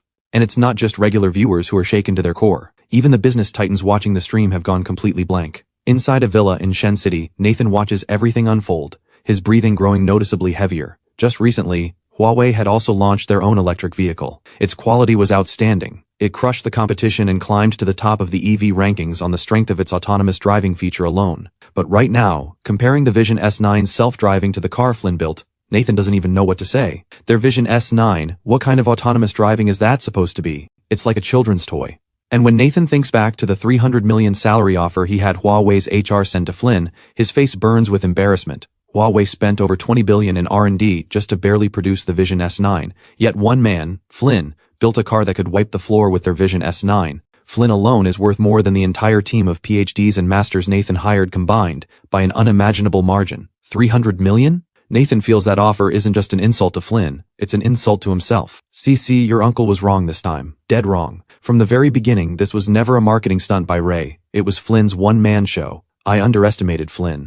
He alone is worth more than I don't know how many top-tier research teams. For Long Kingdom to have someone like this, it's a blessing for the entire nation. After a bitter laugh, Nathan's face fills with genuine excitement. In this moment, Flynn's name is permanently etched into everyone's mind. After the recording finishes playing, all eyes return to the car I built. The first clap rings out in the silence. Then, like a chain reaction, within a single breath the entire venue erupts into thunderous applause. Everyone looks at that car and senses that a brilliant new era for electric vehicles is about to dawn. And right at that moment, from inside that wrecked car with its blown tires and burnt motor, the elegant chime sounds once more. Ding. There is a voice message for the vehicle owner. Please review. Scanning, message clearance level exceeds threshold. Autoplaying message for vehicle owner now. The voicemail streams out from the car. Hey Ray, it's Flynn. You've probably heard. I only sell products, never patents. Whoever can reverse engineer it just needs to pay me a licensing fee. But for this car, which I'm calling the Damai SUV Aurora, the first generation AEV, I'm willing to sell you some of the patents. Can't help it. I'm a little short on cash lately. If you've made up your mind, just reach out to me through the order receipt. My words echo slowly across the entire plaza. The venue falls silent. The millions of viewers online completely lose it. As for Ray, his grin stretches so wide it nearly wraps around his head. He's always known about my products only, no patents rule. Originally, Ray had planned to first use me to secure full control of the company, then personally lead a research team to study the car I built for him day and night, but I just handed him this gift on a silver platter. With my help, Ray is confident the first generation Damai SUV Aurora can quickly enter mass production. Right now, he thinks the name Aurora, meaning light, couldn't be more fitting. This car is a beam of light that burst into the EV world. Ray is about to rush off to contact me when heavy footsteps sound behind him. He turns around and sees Marcus standing behind him. Ray, congratulations. Marcus's face carries a trace of bitterness and lingering disbelief. He truly never imagined that Ray would actually beat Damai Group's entire R&D division with just one man, and it wasn't even close. Don't be so down. The one who beat you wasn't me. It was that genius kid. People say my life has been legendary, but compared to that young genius, I think he's the real legend. Hearing Ray's words, Marcus's expression goes blank for a moment. Then he shakes his head with a bitter smile. Ray, you've got it wrong. I'm not down. I lost fair and square. Flynn is incredible, so incredible that my heart is still trembling. But your choice was also brilliant. Now I finally understand. You're not just the founder of Dami. You're the person best suited to lead Dami. Ray, until we meet again. With those final words, Marcus gives Ray a slight bow and turns to leave. Ray watches Marcus, hesitates for a moment, then can't help but ask, what's your plan now? In business, these two are enemies, competitors. But in some ways, Ray genuinely admires Marcus. At the very least, when it comes to EV technology, Marcus is far more capable than he is. The S7 only lost to Flynn. It didn't lose to any other EV. I'm going back to the research institute. You know, Ray, my family has some influence in Yanjing. I used to spend all my time doing research there. Then I got bored of it and lost interest. But today, Flynn gave me a new spark. Good luck. Thank you, Ray. When you have time someday, I hope we can sit down and have tea together. With those final words, Marcus lets go of everything. He turns around, gives Ray a casual wave, and walks away with style. Ray watches Marcus's figure grow smaller in the distance, presses his lips together, and finally murmurs to himself. Every researcher deserves respect and admiration, but most will spend their entire lives in obscurity. Very few can produce breakthrough after breakthrough like Flynn. Marcus, I hope you find the path that's truly yours. A once-in-a-generation freak of nature like Flynn, there's only one in the world. With Marcus's departure and Ray's quiet reflection, Dami Group's launch event comes to a perfect close, and the name Flynn once again dominates every major platform's trending charts. Every news section, every front page, all taken over by the Aurora EV. People have seen electric vehicles before. They've seen EVs with assisted self-driving. But a fully autonomous EV that can street race? Nobody could have dreamed of that.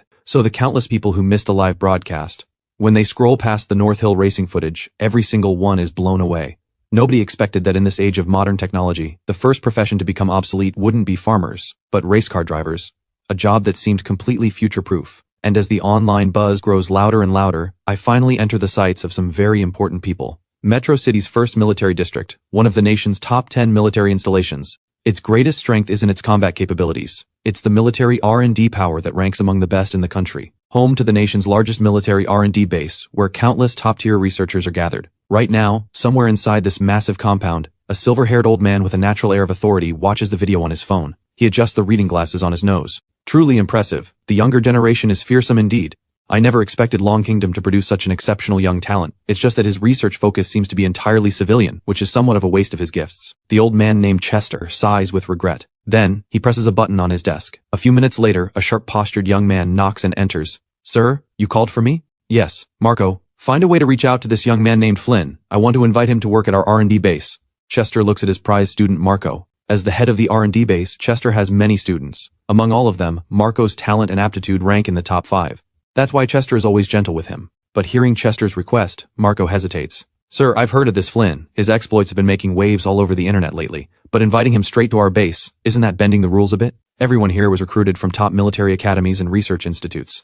More than half of them have at least 5 years of military research experience. Flynn's work has been entirely civilian. Bringing him to our base? He probably wouldn't understand a thing. Marco says this in a casual tone. Under normal circumstances, when Chester gives an order, people simply obey. Nobody dares question him, or they'd face a vicious verbal lashing. Despite his current mild demeanor, Chester is infamous inside the base for his explosive temper. Quite a few new researchers have been reduced to tears by him. But Marco dares to speak up because Chester treats him differently. Sure enough, Chester just smiles. I only want Flynn to give it a try. I'm not saying he'd be a full member right away. Civilian work and military work are worlds apart. Whether he has the same brilliance in the military field, only time will tell. All right, go make the call. Chester waves his hand. Marco nods obediently and turns toward the door. But just as his hand touches the doorknob, Chester's voice rings out again. Oh, one more thing. Has Serena finished her experiment? The moment he hears Serena's name, a flash of pure admiration crosses Marco's eyes. He quickly nods. Yes, sir. Dr. Serena has completed her research on the TZ-type ultra-hard alloy. Although this experiment took her roughly 2 years on and off, her breakthrough will bring a historic revolution to our land battle tanks. With this ultra-hard alloy, our tank combat capability will jump by at least 2 tiers. Dr. Serena, she is the true genius. Marco doesn't hold back an ounce of his admiration. The way he says it, compared to Serena, Flynn is nothing at all. Chester nods, a small smile breaking through his stern face. That girl Serena, her aptitude is exceptionally high. Back then, she studied under me for only 2.5 years before being promoted to a full advisor at our base. Marco, you all need to step up too. Yes, sir. We won't let you down. Good. Go contact Flynn first. After that, notify everyone to gather in Hall 1 for a meeting. Tell Serena to be there too. Yes, sir. I'll arrange it right away. The moment Marco realizes he's about to see Serena, his entire body buzzes with excitement. He picks up the pace and leaves Chester's office. Once Marco is gone, Chester turns his attention back to the phone in front of him. Watching the footage of the fully autonomous EV I built, this military titan's eyes fill with admiration and anticipation. After sending Ray the core technical data for the Aurora EV, I step out of my workshop, planning to take a proper break for a few days. In the former Soul's memories I've inherited, besides this workshop, there's apparently an apartment in the city center. So I decide to head to the city and stay there for a couple days. The workshop does have a room I could sleep in, but in my view, work and life should stay separate. Plus, I barely see another living soul out here. If this keeps up, my social skills are going to completely atrophy. I walk out the workshop door into the warm afternoon sun, stretching out with a satisfying yawn. My plan for the workshop is to wait a couple days before taking new orders, or jump on the right one if it comes along. Now that Phase 3's military-grade manufacturing has been unlocked, I naturally want to push myself even further. Alright, that's the plan for now. Time to head to the city. I let out a soft breath, hop into my beat-up second-hand Jetta, and cruise leisurely toward the city. Meanwhile, on the other side of town, inside the Metro City 1st Military District R&D base, Chester is strolling toward the conference hall. Before he even gets close, he hears people screaming bloody murder from inside. Serena, stop hitting me. I surrender, okay? Dr. Serena, you're an advisor now. You can't just beat people up like this anymore and something's gonna break. Hearing all this, Chester's expression stiffens briefly. Then he shakes his head with a helpless chuckle. That girl. Chester picks up his pace. When he reaches the conference room doorway, he catches a glimpse of a stunning silhouette launching a kick that sends someone flying through the air. Those long legs, hidden under loose pants, powerful, yet undeniably striking. Chester takes a closer look. Serena, meanwhile, hasn't noticed Chester standing behind her. She glances at the people lying on the floor, dusts off her hands, crosses her arms and says, "Seriously, you guys are way too weak. I told you. Besides doing research, you need to work out. It's been 2 years. How are you still this pathetic?" Serena's crisp voice echoes through the massive conference room. The people on the floor look like they're about to cry. Even the bystanders watching from the sidelines can't help but twitch. "Serena, it's not like we haven't trained. We run 20 kilometers of mountain trails every single day. Haven't missed one in 2 years. But fight you? How could we possibly win? Even the special forces guys avoid you. What are we supposed to do?" "Forget it, Serena. Do what you want. We choose to die standing." They pile on the complaints, faces full of grievance. Serena looks at them, pauses for a moment, then cracks her knuckles and moves in. "Good. That's some backbone." Those words almost sounded manly. "Let me grant your wish." Her long legs are already rising for a kick, but right then Chester finally can't watch any longer. "All right, Serena, stop tormenting your juniors." Chester walks in with his hands behind his back. The moment everyone spots Chester, Serena's intimidating aura vanishes like they've just seen a savior. "Professor, save us! Save us!"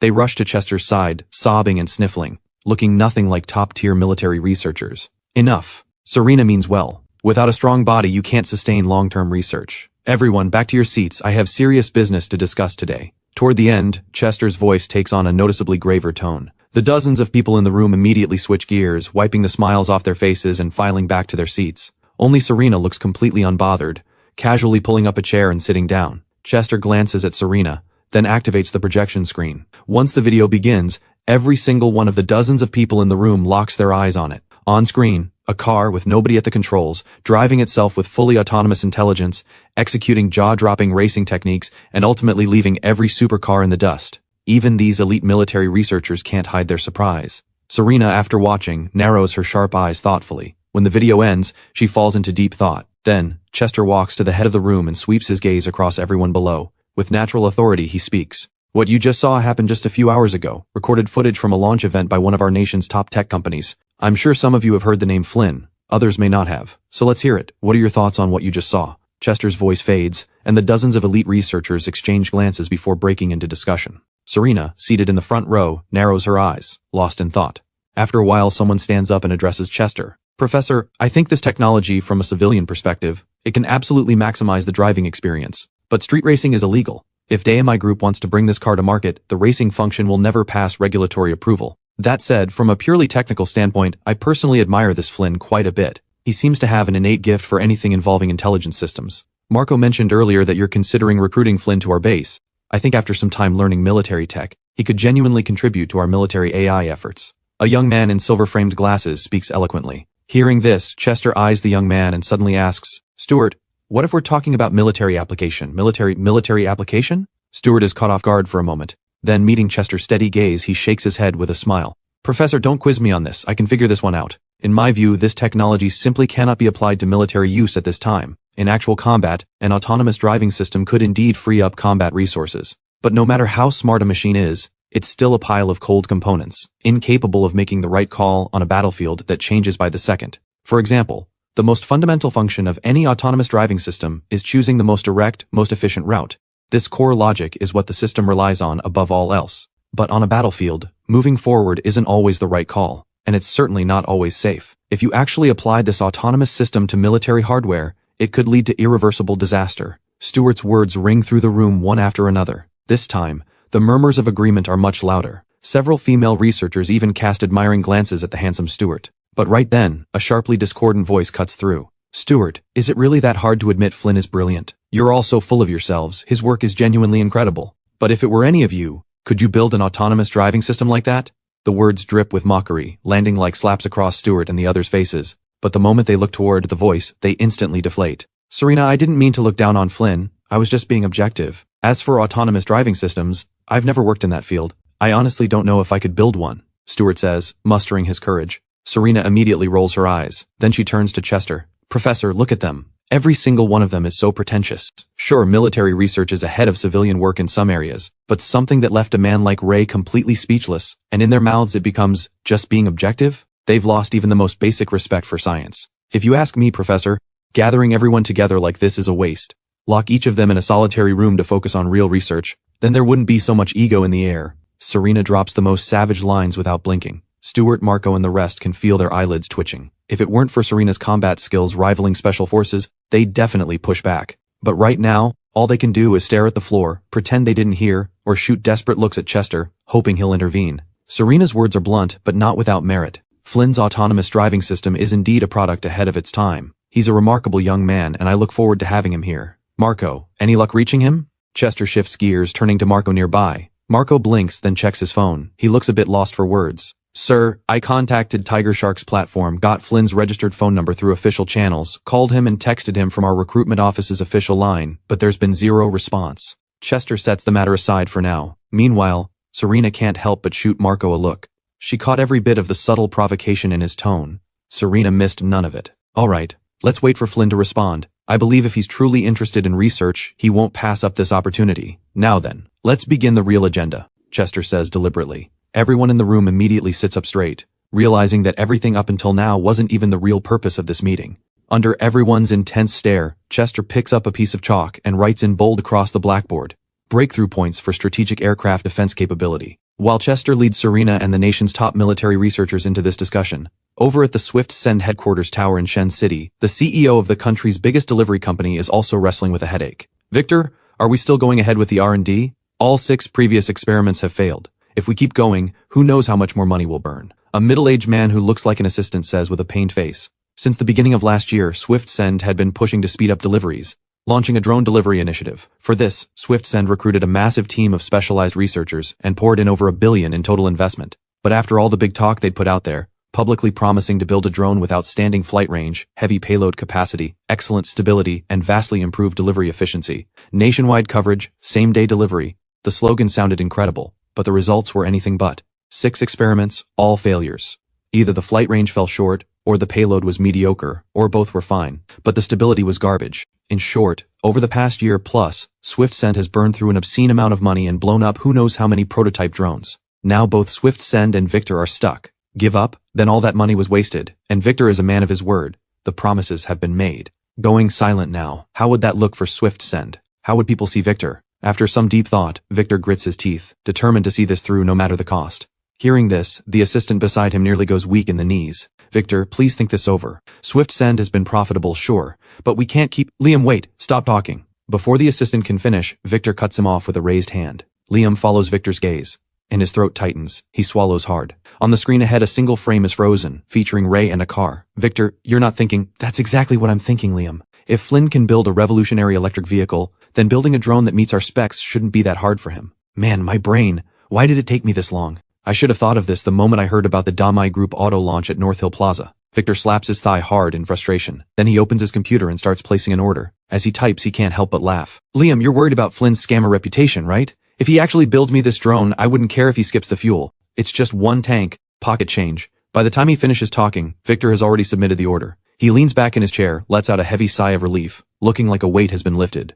But Liam still furrows his brow. Victor, that's not what worries me. I mean, Flynn is too young. Based on that voice message at North Hill Plaza, everyone estimates Flynn is only around 20 years old. At that age, building an EV like that is already jaw-dropping. Everyone would give him a thumbs up, but even geniuses run dry. Flynn is a 20-year-old kid. How could he possibly master EV technology and drone manufacturing at the same time? And the specs we need have never appeared on any market anywhere. It wouldn't be an exaggeration to call them one of a kind globally. Can Flynn really pull this off? Liam lays out every concern he has. Victor goes quiet for a few seconds, then shifts his gaze to the blue sky outside the window. Liam, I choose to believe in Flynn's potential. Liam has nothing left to say. After a moment, he steadies himself. Victor, maybe you're right.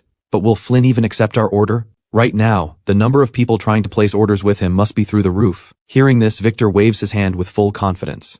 Not worried. I already checked. The highest order on Flynn's shop right now is only 20 million. I offered Flynn 1.2 billion. You said Flynn loves money, right? Then he'll definitely take my order, Victor says with supreme confidence. Liam nods instinctively. Well, that makes sense. Wait, how much? 1.2 billion. Victor, are you sure you didn't add an extra zero, making 12 million into 1.2 billion? Once it sinks in, Liam can barely keep it together. They're building a small drone, not a commercial airliner. R&D costs are high, sure, but manufacturing costs max out at a few dozen million. 1.2 billion could build an entire mid-size passenger jet. And Liam has heard about Flynn's products only, no patents rule. This deal, no matter how Liam looks at it, feels like highway robbery. Liam, enough. Stop overthinking. Money is meant to be spent. As long as Flynn builds the drone, that's all that matters. One drone probably isn't enough for a full delivery network, but once Flynn proves it can be done, we just buy more from him. Any problem money can solve is no problem at all, Victor says, radiating pure big money energy. Liam can only nod with a twitching eye. But he genuinely thinks they should find out where I live, maybe station a few people outside my door. Otherwise, he's genuinely afraid I'll take the money and run. After all, the internet keeps saying this scammer could cash out and vanish any day. Liam figures 1.2 billion is tempting enough. On Tiger Shark, my workshop's promotional stream channel has been locked at the #1 spot on the homepage ever since. Countless viewers flock in, all wanting to see just how insane my order board has gotten. And when Victor's order charges in like a dark horse, firmly claiming the #1 spot by order value, the millions of viewers in my stream are absolutely floored. Am I reading this right? 1.2 billion. Swift Send just placed a 1.2 billion order with Flynn. Victor is insane. That's 1.2 billion in actual cash, not play chips. Stop. Just stop. 1.2 billion in play chips? I couldn't earn that in a lifetime. The viewers erupt in debate, curiosity going through the roof. Everyone wants to know what exactly Victor ordered me to build. It doesn't take long before the internet detectives dig up some clues. I figured it out. A drone. Victor ordered Flynn to build a drone. A drone? Like the kind of drone I'm thinking of? What kind of drone is worth 1.2 billion? Come on, you're behind the times. Swift Send announced ages ago that they were building drones for package delivery, supposedly capable of carrying 1 ton, flying anywhere in the country. But there's been zero progress. They probably couldn't get it done. So my guess is Victor ran out of options and came to Flynn. Victor, what are you thinking? Even the most amazing drone isn't worth 1.2 billion. Whatever, it's not our money. If Flynn actually pulls it off, I'm using Swift Send for every package from now on. Same, I can't afford Flynn's computers or motorcycles, but at least I'd get to use a Flynn-built drone. Once the word drone spreads, the millions of viewers completely lose their minds. And even more incredibly, within half an hour of the news getting out, Swift Send's stock actually jumps significantly. Inside the top floor chairman's office at Swift Send headquarters, Liam is completely stunned. A full 10 seconds pass before he recovers. Then he looks at Victor with a grin. Victor, I clearly underestimated this man's influence. After the Damai Group auto launch's stunning success, Flynn's fame is truly unmatched right now. At this rate, it won't be long before the 1.2 billion you spent has already paid for itself. Liam shakes his head in disbelief. But Victor, staring at his computer screen, shows a hint of worry. Liam, why hasn't Flynn accepted the order yet? Is it possible my offer still isn't high enough? SwiftSend's stock is climbing, and Victor is thrilled. But if Flynn doesn't take the order, everything will be for nothing, doomed to collapse. Victor, I don't think it's about the price. Your offer is already extremely generous. Maybe Flynn just has something he's dealing with right now. Liam tries his best to reassure. But the instant those words leave his mouth, Victor springs up from his chair like a rocket. The sudden move nearly gives Liam a heart attack. Seeing the usually composed Victor this agitated, Liam perks up. Victor, did he accept? No, I just panicked and pulled up the order details again. It's wrong. The drone specs I sent Flynn are completely wrong. The flight range and payload capacity, I added an extra 0 to both of them. It must have been when you were talking to me while I was placing the order. I got distracted. No wonder Flynn hasn't accepted. A flight range of 10,000 kilometers, payload capacity of 10 tons. How could anyone possibly build that? Let me see how to cancel this order and submit a new one for Flynn, Victor mutters with a pained smile, scrolling around looking for the cancel button. But right at that moment, friendly reminder, your order placed on the Tiger Shark platform has been accepted by the shop owner. Order status updated to accepted. Staring at this message, Victor's face goes completely blank. He rubs his eyes hard, confirms he's not seeing things, and a sound of pure shock escapes his throat. Liam, tell me I'm not crazy. An order with specs this insane. Flynn actually accepted it. He accepted it. In downtown Metro City, on the balcony of an apartment, I'm lounging in a recliner, soaking up the afternoon sun. I take another look at the order I just accepted and mutter to myself, now this is more like it. Victor knows quality. This is how it should be. A challenging order, good money, real motivation to build. I stand up from the recliner, stretch lazily, and decide to head straight back to the workshop to start working on Victor's order. After earning 10 million points, the system has unlocked Phase 3, military-grade manufacturing. Before gaining this skill, completing Victor's drone order would have been nearly impossible. But now, I think I can give it a shot. And it's not just the challenge that excites me, the price is very satisfying too. When the system unlocked Phase 3, it also revealed the Phase 4 upgrade requirement. 1 billion points. Conceptual military manufacturing. Those 4 words actually make me feel a lot better. I have no idea what conceptual military manufacturing actually entails, but just hearing the name screams elite. Worth 1 billion points? Definitely no question. Oh right, there's also this. Setting Victor's order aside for a moment, I pull out my phone and see 2 missed calls and a text message. These are from Marco at the military R&D base. I didn't answer the calls. I did read the text, but I have no intention of replying. I wouldn't even know what to say. Whatever. I'll ignore it. I have zero interest in joining some military research base.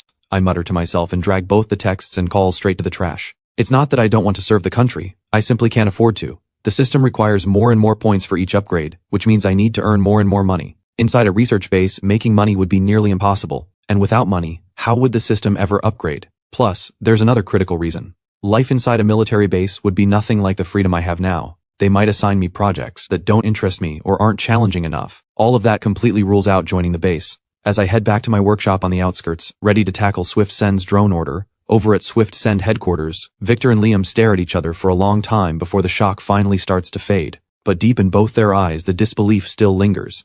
Victor, just slap me. This doesn't feel real. We struggled to build a drone with a 1,000-kilometer range and a 1-ton payload, and Flynn just accepted an order for 10,000 kilometers and 10 tons. I'm really not dreaming, am I? The real reason Liam exists is because Victor spends like crazy.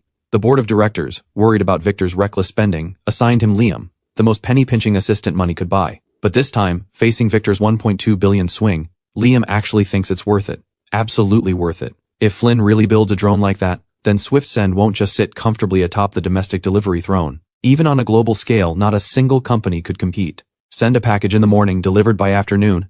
Who could beat that? Liam, does SwiftSend actually have a shot now? Honestly, Victor, right now I feel like going back to school for a master's degree, maybe even a doctorate. Me too. The old saying goes, knowledge is power, nothing compares to the power of knowledge. I always thought those words were outdated, but Flynn just showed me the true power and incredible allure of knowledge. Liam says from the bottom of his heart, his face glowing with a rare look of hopeful wonder. Alright, Liam, let's not get sentimental here. There are millions of researchers in this world, but someone with Flynn's ability and nerve? There's only one. But Long Kingdom has been missing someone this blindingly brilliant. He'll be like a beam of light, illuminating the path for countless lost young people. Victor pauses. And there's one more thing I didn't say. Compared to someone like Flynn, billionaires like me and Ray suddenly seem a little less impressive, don't we? Victor quips with a grin. His mood couldn't be lighter right now, and his anticipation for the drone I'll deliver couldn't be higher. Liam, hearing Victor's words, doesn't dare touch that one. He stammers for 2 seconds, then quickly latches onto a new topic. By the way, Victor, the order you placed with Flynn, did you set a deadline? Should we put out an advance announcement? The internet already figured out we ordered a drone from Flynn.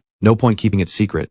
Plus, Ray already set the template for us, release an announcement 3 days early, and North Hill Plaza made Dami Auto an overnight legend. We could really learn a thing or two about marketing from Ray. Hearing this, Victor pauses to think. Then he speaks. Liam, you actually have a point. Yes, we're putting out an announcement. I didn't set a deadline for Flynn, but based on how fast Flynn has completed orders in the past, I'd estimate 1 week tops before he delivers. So let's set it. 1 week from now, Haihu Park in Shen City drone launch event.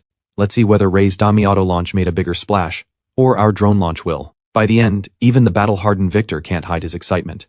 And naturally, Liam is even more fired up. Victor, I'll get right on it. With a firm nod, Liam strides out of the office.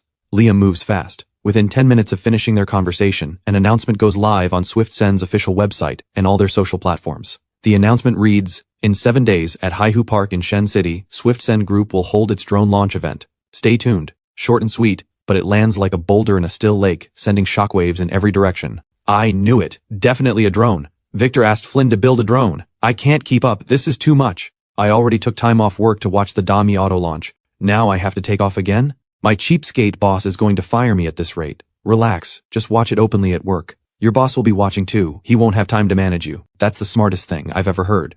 Could you have said that sooner? Honestly, following these launches now feels like binge-watching a reality show. It's absolutely addictive. The comment count blows past 10,000 in under a few minutes. Everyone is buzzing with anticipation for SwiftSend's drone launch in 7 days. Meanwhile, on the other side, inside the 1st Military District R&D base, Chester's meeting with Serena and the team has hit a wall of silence. Professor, it's impossible. Simply impossible. Strategic aircraft currently serve 2 key functions, strategic bombing and supply drops. Starting with strategic bombing, to guarantee our pilots and aircraft return safely, we'd have to start with the aircraft's outer shell. But even Serena's newly developed TZ-type ultra-hard alloy can't guarantee it would survive a direct missile hit. On the ground, a tank might shrug off 1 or 2 missiles, but in the air, even the slightest malfunction is fatal.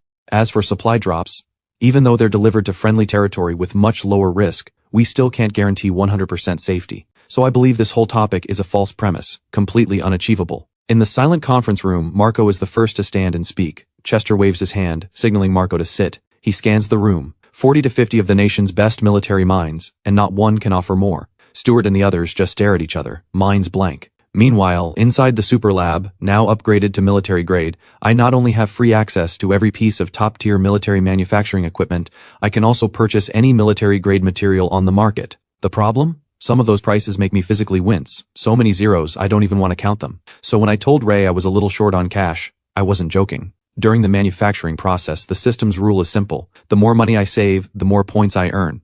But someday, I might want to build something for myself. When that day comes, I'll want only the best materials, and my funds won't be anywhere near enough. One big project and I'd be bankrupt again. Victor, everyone out there calls me the ultimate scammer. It's literally tagged on my shop page. But right now I feel so broke. You've got to understand me, I muttered to myself. Then open the Superlab's materials vault. After spending a long time browsing and comparing, I finally gather everything needed to build the drone. This time, the material selection takes noticeably longer than before, but I have no choice. Military-grade materials are insanely expensive.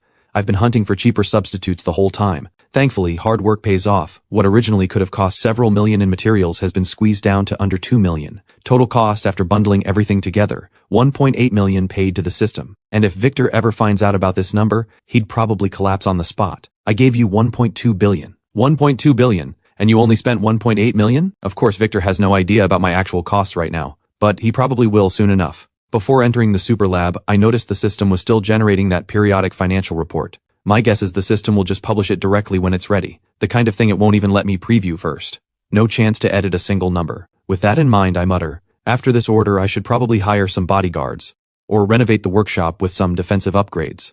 Otherwise I can never feel safe. With the materials selected, I mentally walk through the build process one more time. For a regular drone, I wouldn't even need a full day. I could crank out a dozen. But building a drone with a 10,000 kilometer range and 10-ton payload, with extreme stability on top of that, no exaggeration, this is a bigger challenge than building Ray's EV. That car's only real difficulty was the autonomous driving system. Everything else was relatively straightforward.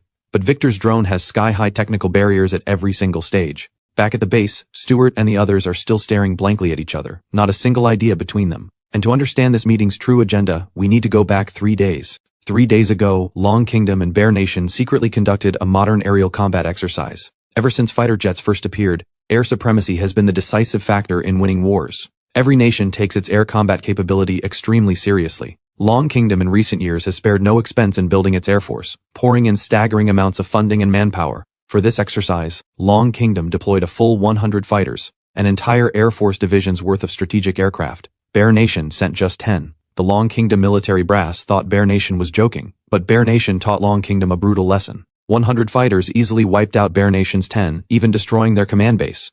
But this also meant all 100 of Long Kingdom's aircraft were now exposed. Bear Nation, in a desperate trade, activated every anti-air battery and missile barrage right before going down, trading one command base for 98% of Long Kingdom's fighters. Only 2% made it back to base in one piece.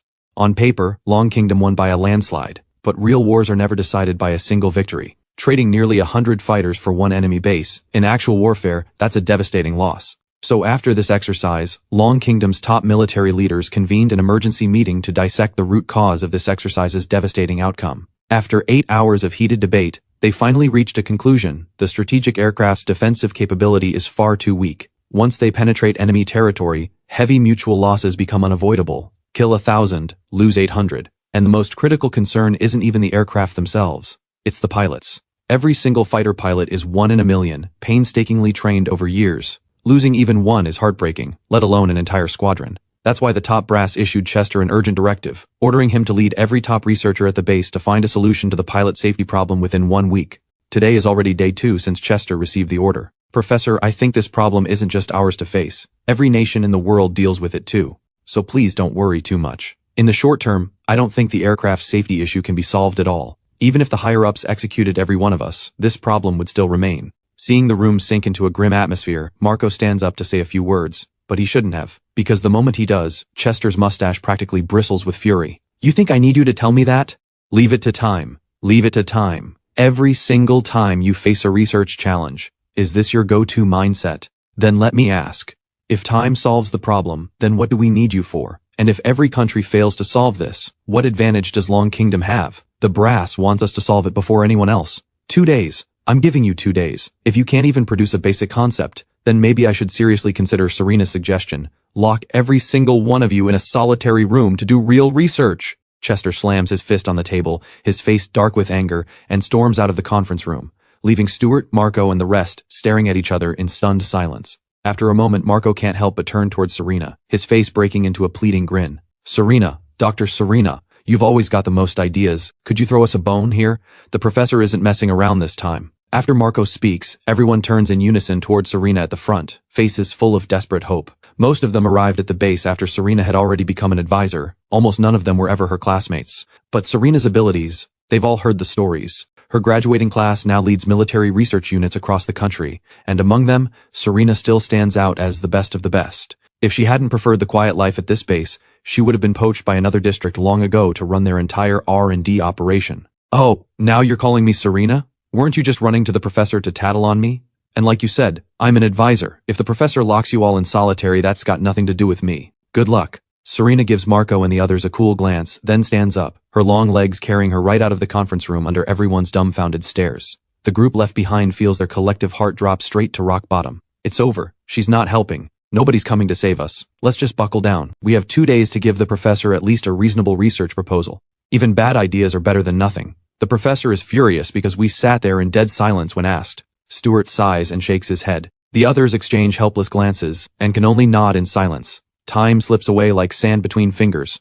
2 days pass in a blink, while Stuart and the top military researchers agonize over the aircraft defense problem. At my workshop on the outskirts of Metro City, I've been grinding away inside the super lab for what feels like forever. The entire drone building process is incredibly intensive. If not for the super lab's warped sense of time, I'd have gone insane. But hard work pays off. After over 3 months of work, I've finally built the drone Victor ordered. A drone with a 10,000-kilometer range, 10-ton payload, and exceptional stability. A truly generation-defining machine. Looking at my creation, even I can't help but crack an excited smile. Ding. The system will now evaluate the player's experiment. After system analysis, the player's drone manufacturing has received a perfect score of 100. Bonus, 10 intelligence points.